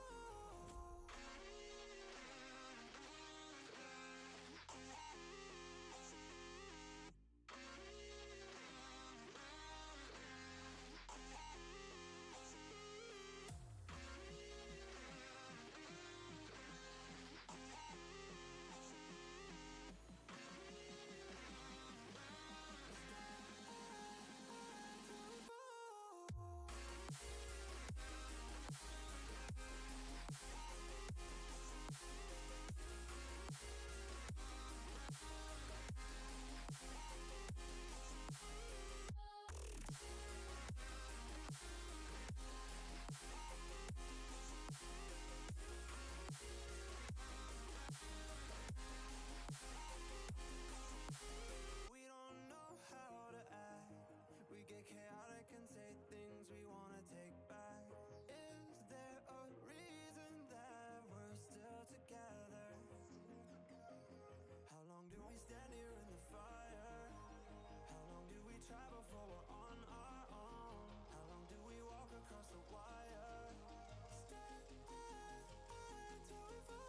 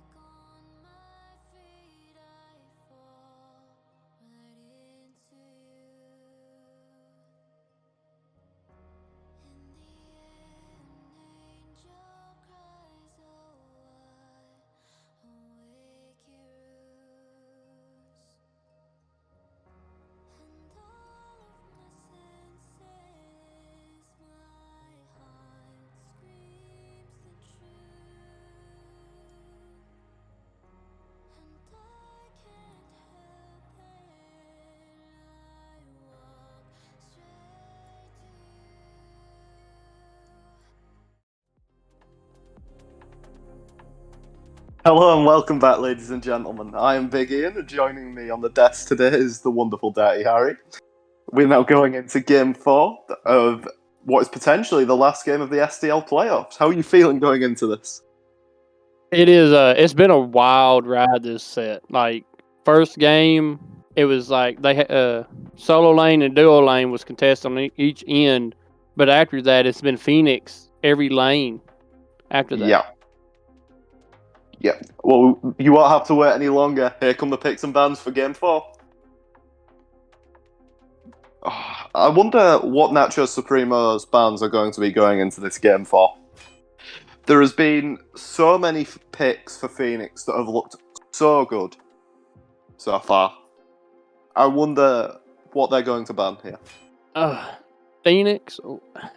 I think they'll stick with their ones they have had. Geb, Odin, ones like that. Nachos, though, on the other hand, are really going to have to... I think they got to worry more about their picks instead of the bans at this point. Yeah. They really do need to find a way to counteract that early pressure, because that's going to be the key to them coming back in this set. Yeah, because Fenyx has just had that early pressure every game, except in dual lane that first game. But after that, it's just Fenyx is locked down. Yeah, it's every single game they've had the early pressure. Although Nachos Supremos did manage to overcome that in Game 1, Fenyx have just been unanswerable in Games 2 and 3. Yeah. And if you're a Nachos Supremos fan or player right now, it's dire straits for you. Yes. Okay, so Nachos is going with the normal Hunbats, Izanami, and the Mulan bands. Do you think that's going to make a difference, even though they're keeping the Izanami band over the Soul band? Finished. I think it's going to make some difference, because the Izanami was a very strong pick in Game 2. And Game 2 was the game where they had a lot bigger of a lead. I think it's fair to say Game 2 was a wipeout. What you aim at? The Nachos Supremos essentially wasn't given the option to try and come back. But we are going to see the Achilles being picked here, and Jaragon has been a menace, to say the least, so far in solo lane. And the Achilles pick we've already seen, he's been on fire this entire set. Having him on this pick, we should hope to see, hopefully, some of what he's been bringing to the table. Right. Do you think you would, like you yourself, would have picked up that Achilles band over the Mulan band at this point, after seeing what he's done in Game 2 and Game 3 with him? Oh, I would have banned out the Achilles. Honestly, I think you need to get it off the table. But Nachos Supremos haven't done, so we can't live in a world where they didn't choose to do that. And here we are. This is going the same way as Game 3. That's the same comp. I wonder if we're going to go the exact same way now. Hopefully we get to see a stall ban in the bottom too. Yeah, they're going to have to, at this point, to ban out that burst that Fenyx is using to be so aggressive. Which is why I think they're picking up Chiron for end of days at this point to try to have that lane bully. Yeah. See, this is the point though, because now they're into this second ban phase. What do Nachos Supremos ban here? Because there is 3 gods so far from that duo lane that are still open. Well, 2 now with the Sobek ban. One of them is getting through. Was the Horus more impactful, or was the Soul? Do you think? I think the Soul. Just the Soul, just with the burst, demolishes late game. Yeah. And we do see the Soul banned out. So we are maybe going to see either, potentially the Bacchus is still on the table, and Horus being locked in for Nachos Supremos this time. That's a very heavy physical damage comp right there. With a Thanatos on top of that, they're bringing their own executions to this game, I think, to try to wing out the Achilles.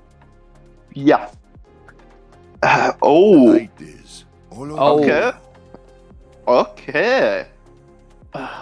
Panda bringing out a little bit of style right now. Is that what I think it is? I think Kid Who Sucks has just locked in a Fenrir support. I don't know how I feel about this duo with the Oleron and the Fenrir if that's how it goes. I know how I feel about it, and I feel very, very happy right now. The Fenrir suits Kid Who Sucks playstyle almost perfectly. He likes to be in your face. He likes to be dealing damage, and he's got the Ragnarok to just pull you away as well. Right. Okay, how do you feel the Oleron against the Chiron at this point? It's going to be rough in lane, for definite. Like, I'm under no illusion there, as I'm sure many people are not. It's going to be rough. However, when we get to this late game team fight, Sanctified Field is going to be such a huge tool to be able to use. Because that's going to force out beads or an ultimate from every single god there. Or most likely they will just die. And if you're forcing out beads from every god that's hitting your Sanctified Field, what is a Ragnarok going to do to you shortly after? That is very true. Or a Ragnarok, a Tsukiyomi ult. Exactly. This is the point that I'm trying to bring. They have a strong comp into what they like to do. And that is to be in your face. I agree. I think the Nachos is trying to be aggressive in the process. Because, I mean, they got Chiron, Wukong, Thanatos, and Giannis. All have great mobility to get across the map. Yeah. Well, it's as Spooky Mars has said, it's all in the execution, not in the picks and pans. And with that, we'll throw it away to the wonderful Muffin Man and Spooky Mars. That's it for us for now. You're darn tootin'. All right. We are coming right back into this game, and, Fenyx, they're at set point here. They're going to be looking to close out this set. Nachos looking to hold on here. We're going to have to kind of see if Nachos can make those early adjustments. And Spooky, what are those adjustments you want to see? Well, I mean, I already see a few adjustments in the draft alone, right? Narcos on this Thanatos is going to have such a bigger presence in this early game, and that's something they really need to try to match what Die Violently has been doing all set long. Right? Y-Guy on the Sunwoo, he's going to be a lot safer in the lane. He's got more range to clear with, so he won't be as far out. He won't be in as much danger from these ganks. I like what I'm seeing here already. The Fenrir pick is actually very interesting to me because normally you don't want to pick really high pressure support with a low pressure hunter, and you add on to the fact that Chiron can just cleanse anyone out of Fenrir's ultimate. I'm not sure exactly how well this is going to pan out. I think Nachos Supremos has a really good opportunity to play through this duo lane, use Narc's early damage to punish Panda Bear Ash on this Ola run, and find a lead that way. I agree with you 100% here. Just the fact that Y-Guy can be in a lot safer of a pick, as well as, the duo lane also picking a little bit more pressure here. Although it looks like this safer pick might not have been too good. It looks like, never mind, Y-Guy is going to be able to head on out of there. It's a little bit of a tricky spot, though. Yeah, it's this thing where you have to manage the wave's aggression very effectively, right? You can't afford to step into Achilles, hit him, and then get shield bashed so that you're stunned and taking archer damage. It's just not something you can do. Y-Guy just has to kind of sit back, play into his tower for a little bit, and use that big cudgel, just smack the minions and clear them that way. Don't take damage, don't trade unnecessarily, and he's fine over there. Let Narcos have the ability to roam across the map, and if you just have to play like Salty Tower Boy, fine. That's fine. Yeah, I mean, sometimes, especially with how much the jungle has been pressuring this solo side, sometimes Salty Tower Boy is kind of what you need to be.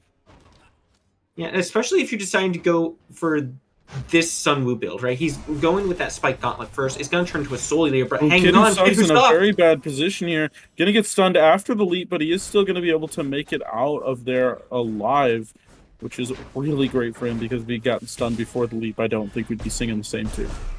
Yeah, that had very clear first blood potential, but this whole set, all the pressure has been from Fenyx in the early game.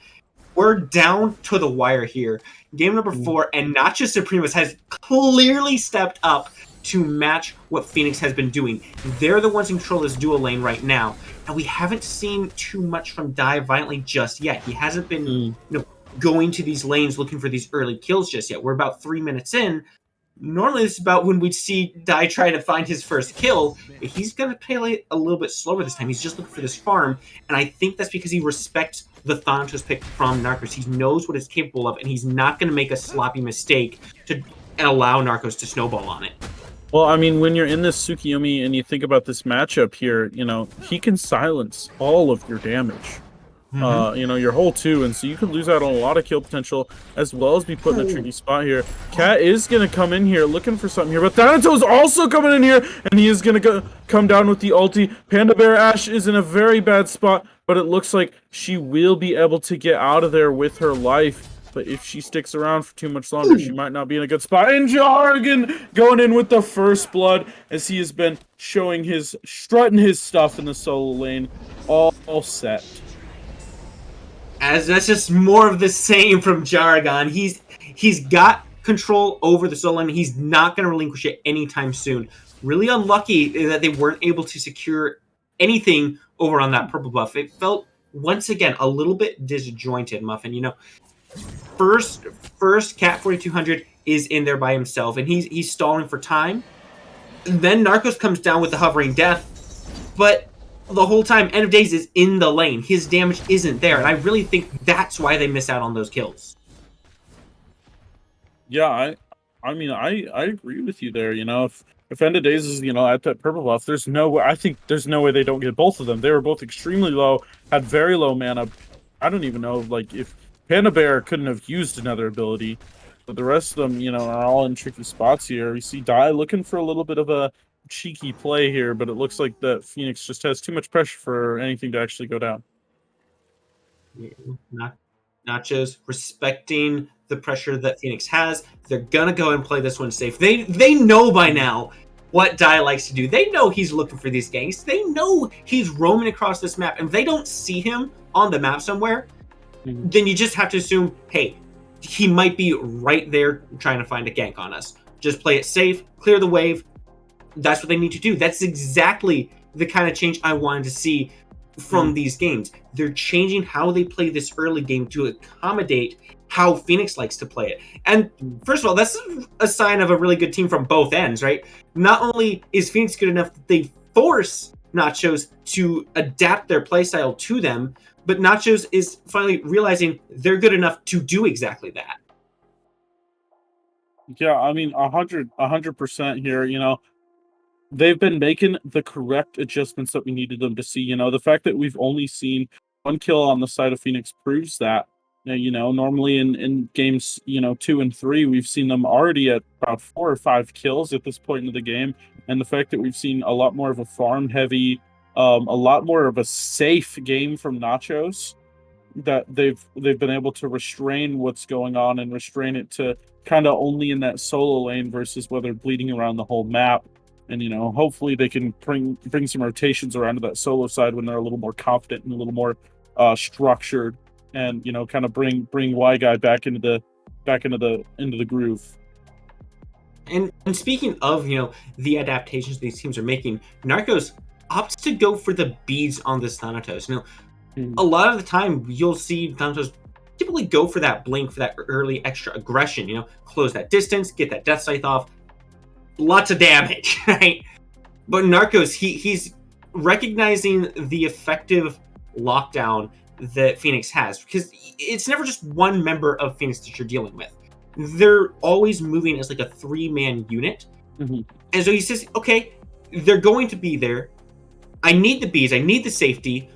Pick it up, make sure I can actually get my damage off when they try to stop me. And I think that's a very smart decision. Now, you could say that maybe he's losing out on a few opportunities to find the extra aggression, but it's game 4. It's 2-1. I think maybe you just have to play this one a little bit safer, and I think it's the right call. Yeah, I mean, I think, you know, game 5 is the all-out game. Game 5 is where you just have to just throw everything on the throttle. Game 4 is the game to get to game 5. So you got to play a lot safer, kind of not show every card in, you know, make the necessary adjustments.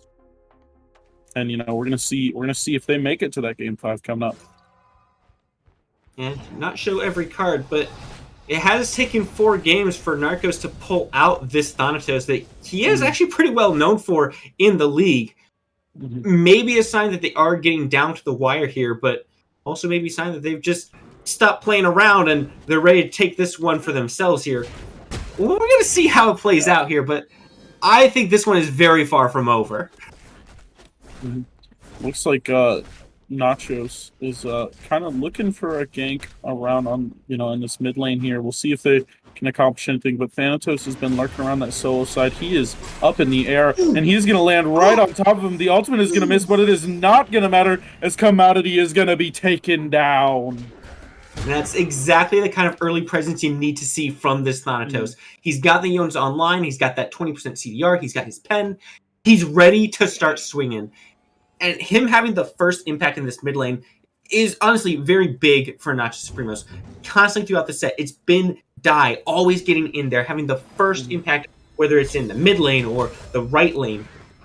Having the pressure in your favor in this mid lane could be huge for them. It opens up so much more opportunities for them, but Die is right back in there. Ooh, we see Die getting in there, but he's not a crazy portal, but it's not gonna matter. But maybe it'll help him get maybe it'll help a cleanup kill come out. But we see the rest of the team coming in here as Narcos is going to be able to pick up the kill. The end of day is also picking up a kill on the Panda Bear Ash there. We see Fenyx going in hard though. Fenrir ult coming out, but it's not going to be enough. The Cuckoo ult is going to land on the support here, but it's not going to be enough. But they are going to be able to take out Narcos as well with a crazy dive over from the side of Fenyx, and that was just a jumble of things that happen as the players are already respawning by the time that fight is over. But what comes out to that is I think Nachos Supremos got a little more than that than Fenyx did, with them getting that solo kill on the left side. Even to be about even, Fenyx takes the advantage in the mid lane, right? They definitely have the advantage there. But like you said, end of days over here, already taking down this first tower in the left lane is massive. And now he's looking to get aggressive. Yeah, he's looking to get aggressive, and he's a Chiron. He's got the ability to do it, if only he didn't have as much mana. But we see the team coming in, and they're looking for rotation onto him.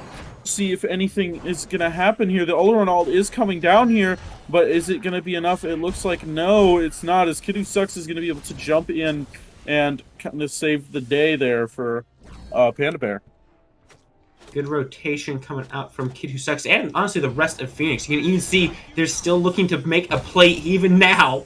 Yeah, they're still going in, but Kid Who Sucks might be a little too deep, as the rest of the team is a little too far behind, but no capitalization on that aspect there. And we see Die looking for something here, and he's lurking, as they're on the opposite side of the map doing what you should be if someone's ganking duo side. Ooh, a nice confirm as well from Sir Gunny there. Honestly, pretty even. Nothing really happened. They got a little pressure on the solo side for Nachos Supremos. Fenyx got a little pressure on the duo side, but that duo side tower is still gone, so it's going to be hard to reclaim pressure there. Yeah, it ends up being fairly even, but I do think actually Nachos Supremos comes out ever so slightly ahead.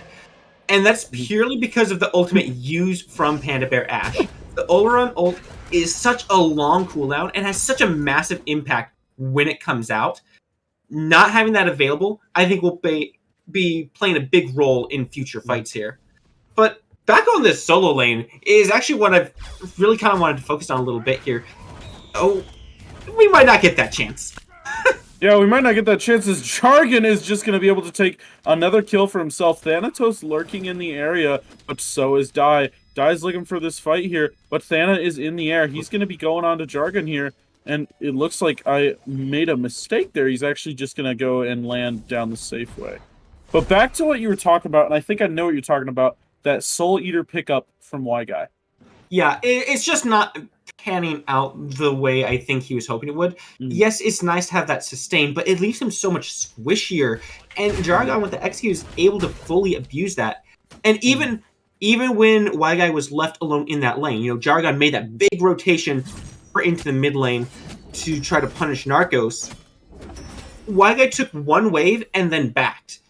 Yeah. I think if he had taken that wave, taken away the blue buff that was up on the map, and then looked for these back camps, he'd be in a much better position right now. Now he's 3 levels down. His Soul Eater only has 36 stacks. He's not in a position where he can fight Jargon, and that has honestly been really critical in a lot of this set so far.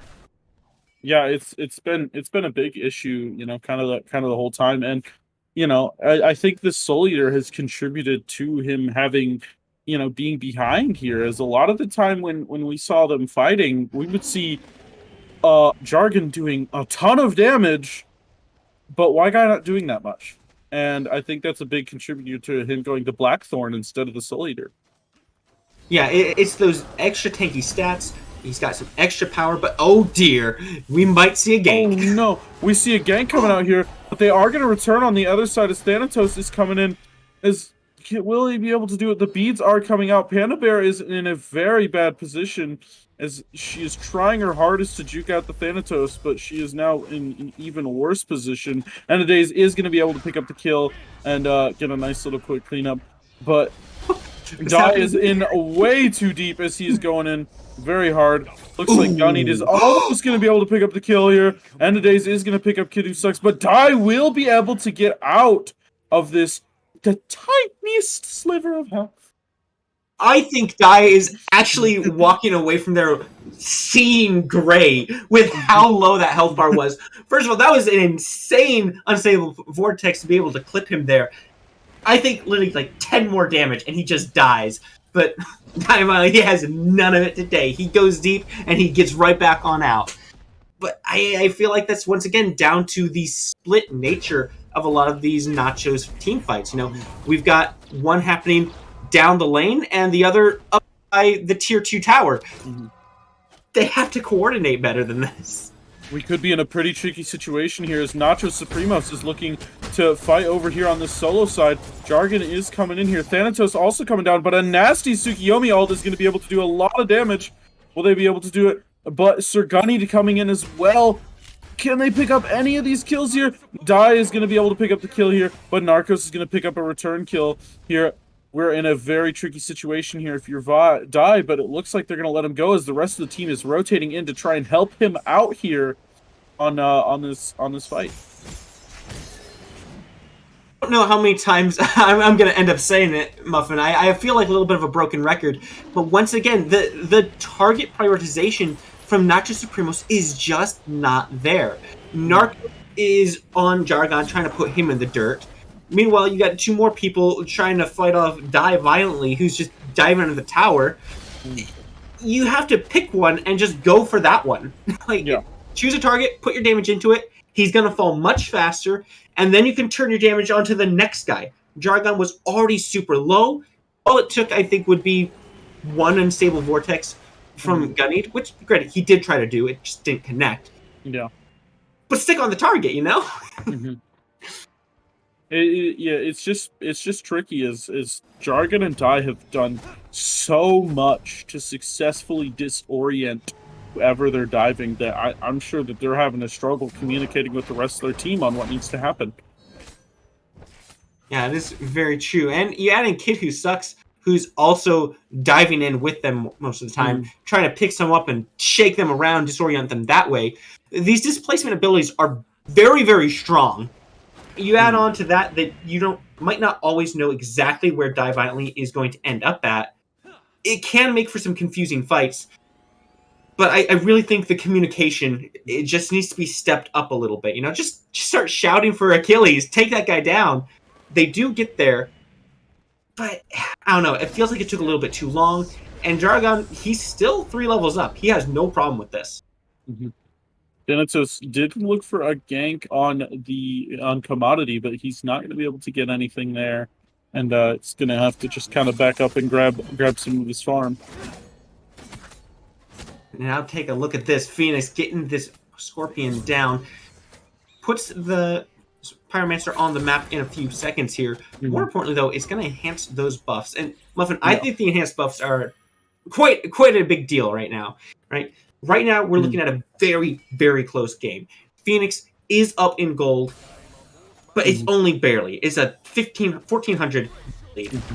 kills. You see, tied. Panda Bear Ash Oh, actually boy. is going to be taken down from the End of Days. End of Days, once again, you know, he's got that lead in duo side, and the rest of his team this time is still hanging in there, is still doing fine, keeping it a very close and even game. Dai is going to come in here and try and look for something here. He's going to get the nice stun.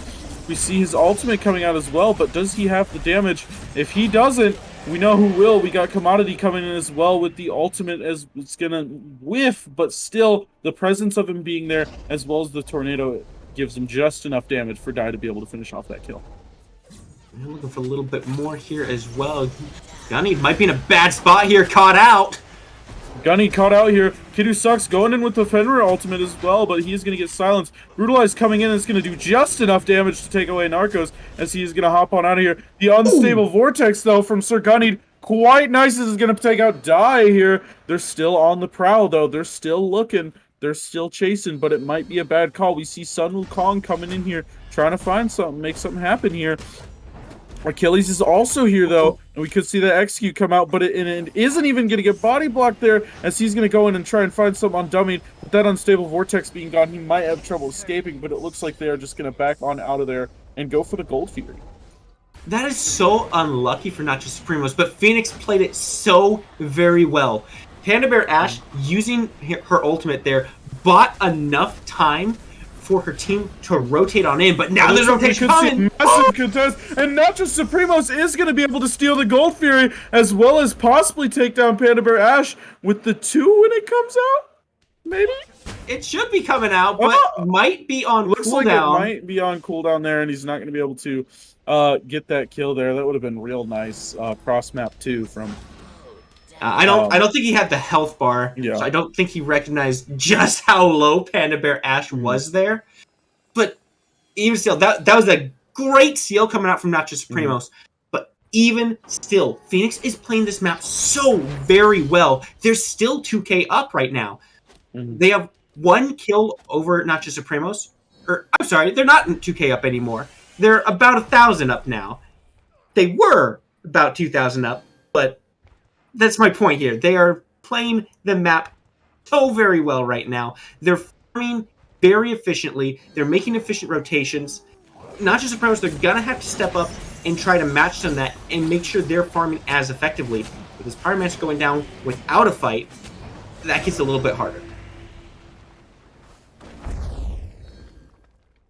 Yeah, I agree with you 100% here. You know, they've been playing the map well. It's a even game completely, which is really what you want to see for Nachos Supremos, because we saw in that last game they won, even though it was just off 1 fight. They won when it went to that late game. So, if they're going to that late game, that's where I want them to be. That's where that territory, that comfortable territory for them is what it seems like it is.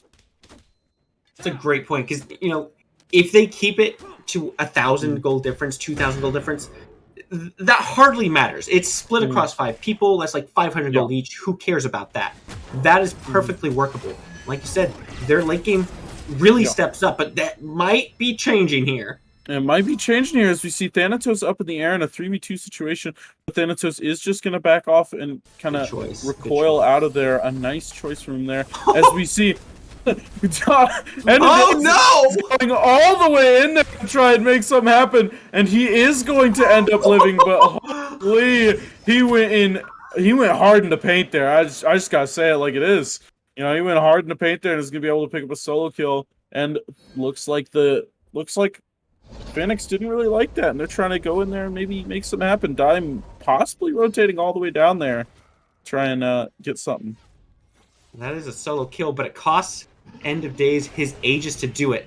Looks like Nachos Supremos might have more trouble in this mid lane, though. They're trying to step up to these towers, trying to get some tangible lead here, but Jaraga's not having any of it. Blink it in. He's silenced, though, but Captain 4200 is gonna land the execute on him, but End of Days is there, and he is making sure that he has to back away from this fight as we see Kid Who Sucks just going in there trying to get anybody with that ultimate, but unfortunately not able to land on anyone there. Fenyx, they're keeping up the aggression. It's not pan out quite as well as it was in the early games, but it's not exactly failing either. They're still looking for these opportunities, and you have to force the envelope. Taking a quick look here, though, I want to bring to light something I find very interesting. It's Sir Gunny's build, right? A lot of these games we've been seeing the Book of Thoth into the Book of the Dead and the Breastplate of Valor. He's decided to go for the Kronos' pendant, which on one hand is an incredibly valuable item on this Janus. It is almost a core item on Janus because of how effective it makes him. He's only got the 1 damage ability. You want to be able to spam it as much as possible. But it does mean his shield is going to be a little bit, smaller than some of the other ones we've seen. Now, he could make up for that elsewhere in the build, but End of Days... We do see End of Days in a very bad position here. He is going to go down due to Panda Bear, and Panda Bear standing there a little bit menacingly on top of him there. I just wanted to make sure he was down. Yeah, I just wanted to make sure. Yeah, a nice solo kill from... Kind of a solo kill. Solo kill? She did all the work. There were 3 people there, There were 3 people there, but she did all the work, and let's be real. If the team didn't show up, she would have been fine. I'm saying. She would have got that is a hot take for the books there. No, we're going to revisit that one later on. But we got another one brewing right here in the mid lane. The ultimate is coming out with a nice Kukulkan coming out. Will he land on Gunny? No, he will not. He will come back on this side of the map, and they're going to be able to pick up 1. Will they be able to go for 2? They're looking for Y-Guy here as well. Sir Gunny also in a tricky situation here. They're a little split on the targets. Will they be able to get 1 down? Y-Guy is struggling to get up there, but he is going to be able to get into his ultimate, and the rest of the Fenyx is going to have to back away.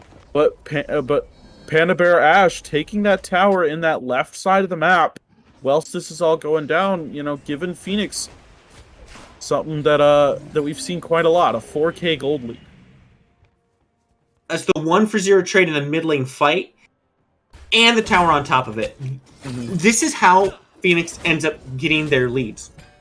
And I want to say, there's really Jargon playing a critical role in these leads, right? He finds a lead in the solo lane, and then he just brings it over into these other lanes. He brings it into the mid lane, forces a fight there, and he brings so much attention to him that Nachos Supremos is just focusing, trying to stop him from doing what he's doing onto their backline. And because he's Achilles with the execute, they just can't. They're still not stopping him. And all the while, Panda Bear Ash just pushing down the other side of the map, taking towers, farming gold, and just getting Fenyx further and further ahead. Yeah, we see Commodity coming in hot, but Y-Guy is going to leave as quickly as possible. He's going to go into Eagle stance and just run on out of there. But we could see another little skirmish coming out here as Y-Guy's looking at these back camps. And it looks like he's in a pretty bad spot here. We could see this team rotate in, and that looks like what's going to happen here. But they're just going to back away. But the Thanatos ultimate coming down. And he is going to get the execute on him. And a nice little cleanup from Nachos Supremos here. But in the mid lane, we have another problem. We see Dai in a very bad situation here. And he's also going to go down. And this is what you want if you're Nachos Supremos. But Fenyx, noticing that all this is happening on the map, is going to take that Gold Fury. How will Nachos Supremos react here? Do you think they're going to go for the Pyro? It looks like they're going to go for the Pyro here to try and capitalize on them being free, but maybe they should have gone for that Fire as well.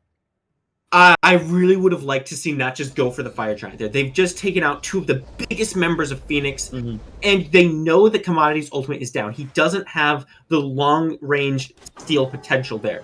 They can put just Y-Guy up on the zone duty. Sure, he's a little bit low. It's just Commodity, though. I think they missed a big opportunity there. Yes, the Pyromancer was still a good call. They should definitely be taking those objectives where they can. But I think they had a really good moment to just turn this game around and pull it into their favor.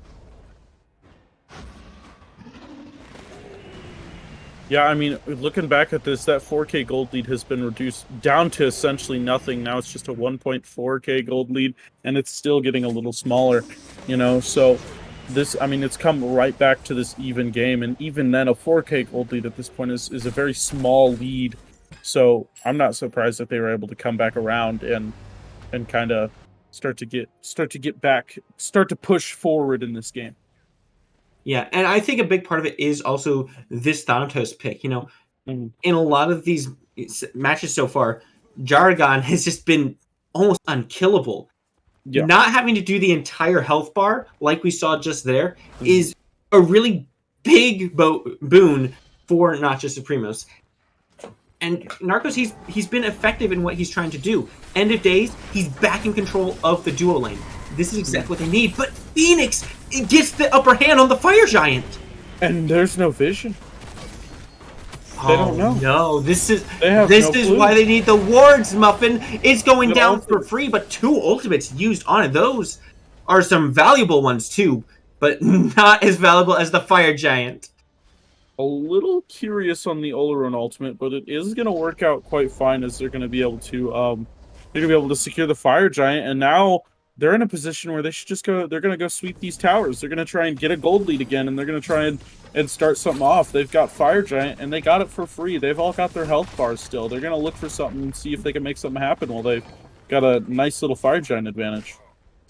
Now, there is one benefit to this so far for Nachos Supremos, and it's that the gold lead is so small right now, they can still contest Fenyx on these objectives, but that's through space and time already with. Oh no! End of Days in a very bad situation. He is all on his own here, and he is going to go down because of it. The rest of the team in a bad spot as well. Die going to pick him up finally, but Narcos is going to be able to pick up a kill of his own. Both carries out of this fight, but Cat also going to go down here as they're still on the chase. They're looking for this Thanatos. Thanatos has been stunned, and he's going to go down instantly, and the rest of the team is looking for it. Y-Guy also going to go down as Sir Ganid is the only player left. Can he do it? It looks like he is in a very bad situation here. Bookathoth gonna activate, but he is pressured completely off of these Phoenixes here, and it looks like they're gonna try and go for the end. They're gonna go for a 26-minute end. A little dicey here. They've still got towers up as well as some low health bars. That looks like they still want to go for it. No minions, no carry. I don't think it's gonna happen. No, I like the decision to back off there. I think trying to end there was a little bit too bold. I like the spirit, but with no minions and quite low health bars and no ADC, I just don't see a way that pans out. But you know what? It's like you said earlier, Muffin.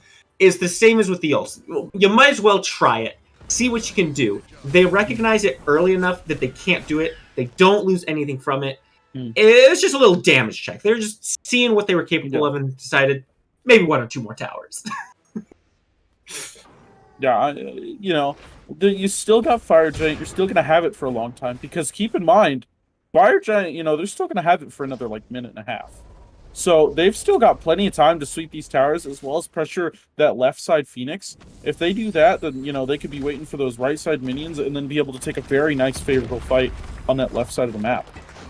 And look at the map right now, too, Muffin. You see how spread out Nachos Supremos is. Look at Fenyx. They're all in one area. They're pushing down the mid. They're just going to go and they're going to recognize this. They're going to get the beads on the Sir Gunny and his Book of Thoth already, as the ultimate is going to come out to take out down this Fenyx, as the rest of the team is starting to come around. That Fenyx is down there looking for a fight here. The execute is going to... He's going to miss the execute, but Dai is also going to get a kill onto Sir Gunny here, as this team is going in here, and Nachos Supremos' Titan is taking some damage. Commodity is going down. Nachos Supremos' Titan's at about 50% here, as they are going through. Fenyx is looking to end the game here. That Titan is extremely low, and they are going to be able to do it. Congratulations to Fenyx for being our Season 5 SDL champions. Wow. I mean, that's how you do it, Muffin. They found every opportunity, and when they found the opportunity, they didn't just take an inch, right? They didn't go 3 feet. They took it as far as they could go. They even tried to end the game 23 minutes in with 2 towers still standing. Fenyx played exceptionally well tonight, constantly working as a full unit. They really looked like a full team of 5, and you can see how it pays off. I've talked a lot about Jargon. I've talked a lot about Die Violently, but all the work they do doesn't matter if the other 3 aren't there backing them up, doing the damage they need to do, giving them the support that those 2 frontliners know that they have. It's just beautiful to see. Yeah, I mean, I agree with you 100%. With all that stuff that they found, a great set from Fenyx, and a great performance all the way from Season 3 to Season 5. They've been working on this victory, and congratulations to them. But we're gonna let the desk do some talking about that game.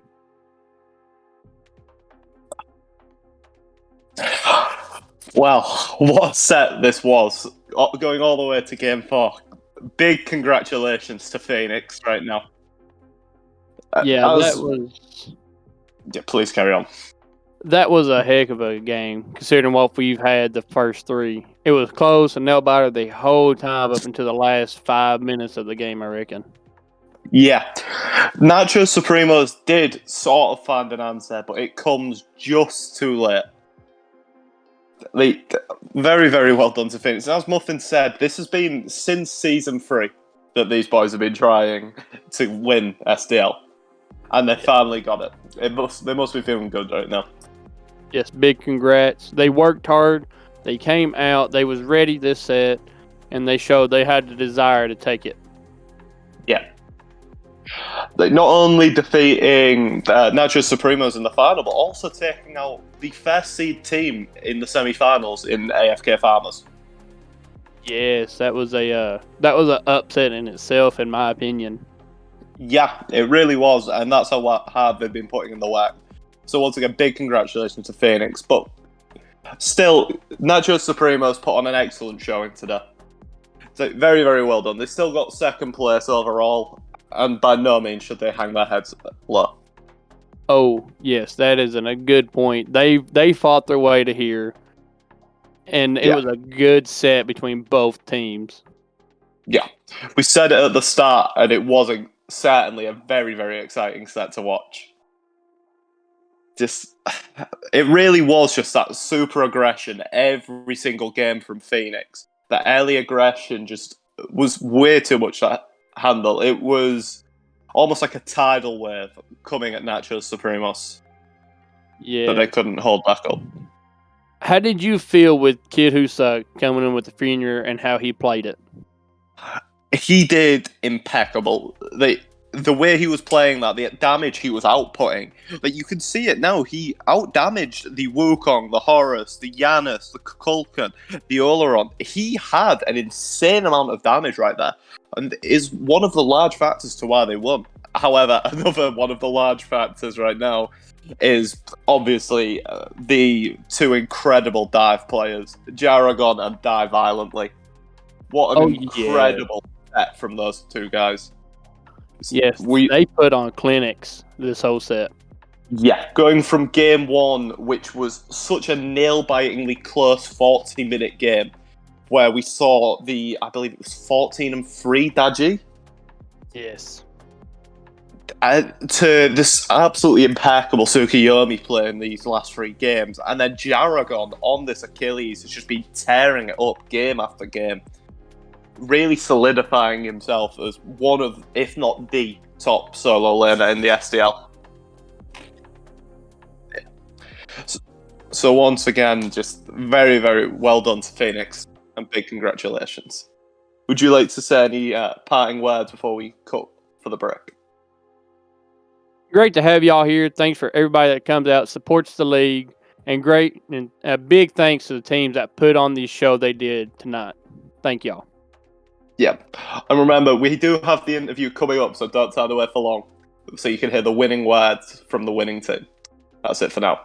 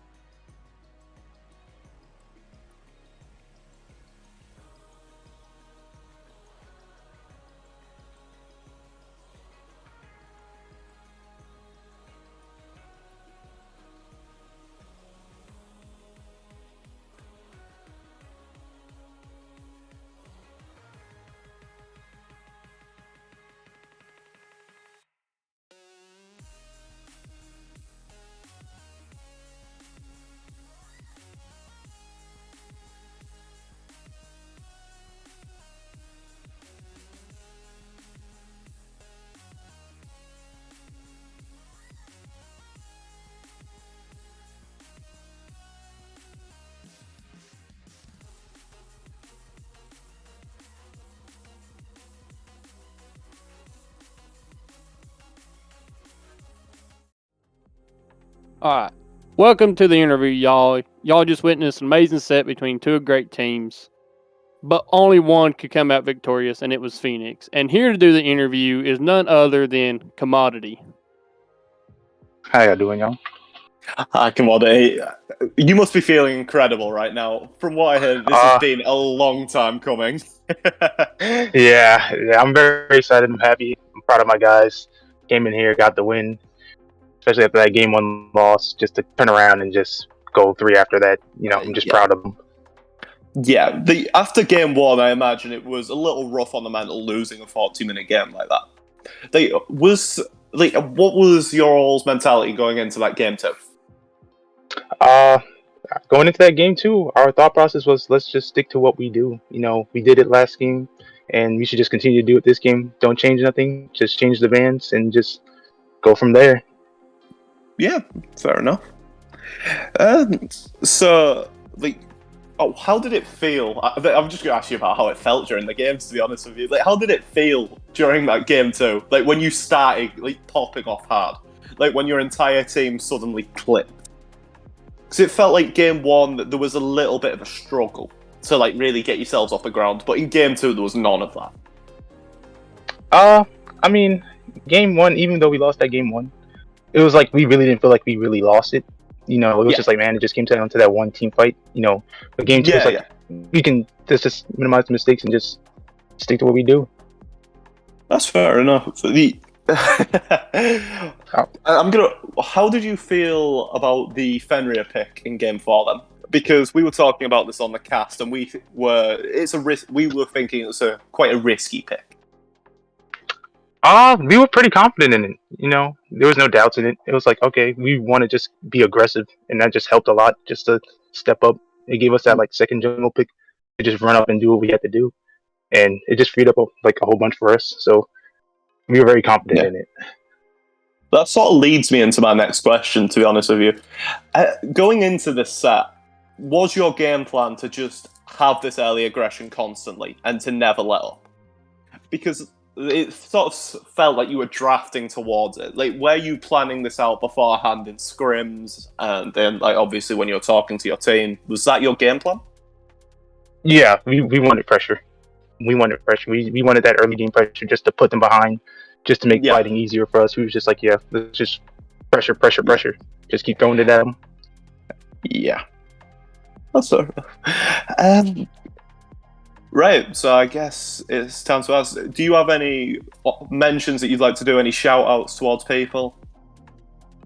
Definitely the team, Die and Jar, got them in a trade. They came into this team and just changed the whole dynamic for us. Just really allowed us to just get into our roles, just for me, Panda, and Kid, just to sit back and just do our job and just let them do what they had to do, Yeah. So they just, shout out to everybody. Just shout out to all of them. I'm just so proud of them. They really came and just showed up today. Fair enough. Well, once again, a very big congratulations from us. And I'll now hand you back over to the wonderful Dirty Harry. Thank you. And like I said, great set between the two teams. Phoenix come in, showed what they wanted. They took it. Congratulations to them. And I would like to wish everybody a good night, good day. Thanks for y'all coming.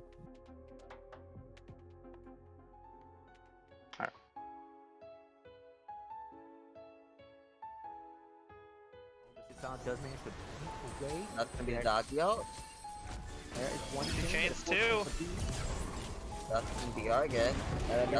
He smells them out. And a good Kraken will steal the Oni Fury! I don't think so. Popping oh on it. He steals it with the Nachos. And Kappa just... Dooky's in trouble, the heart bomb. He is in trouble, but down there by Cowboy. No! But Skipper But he tries can't. to go after it. He can't run the auto.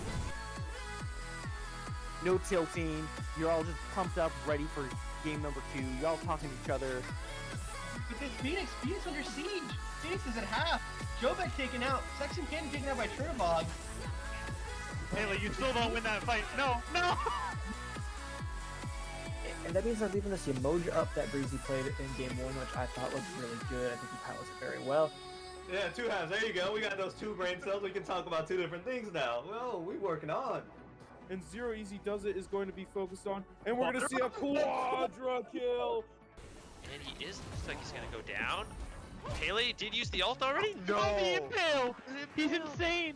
And now, Juan's gonna be subject to the Rama ult, both on target. What a great snipe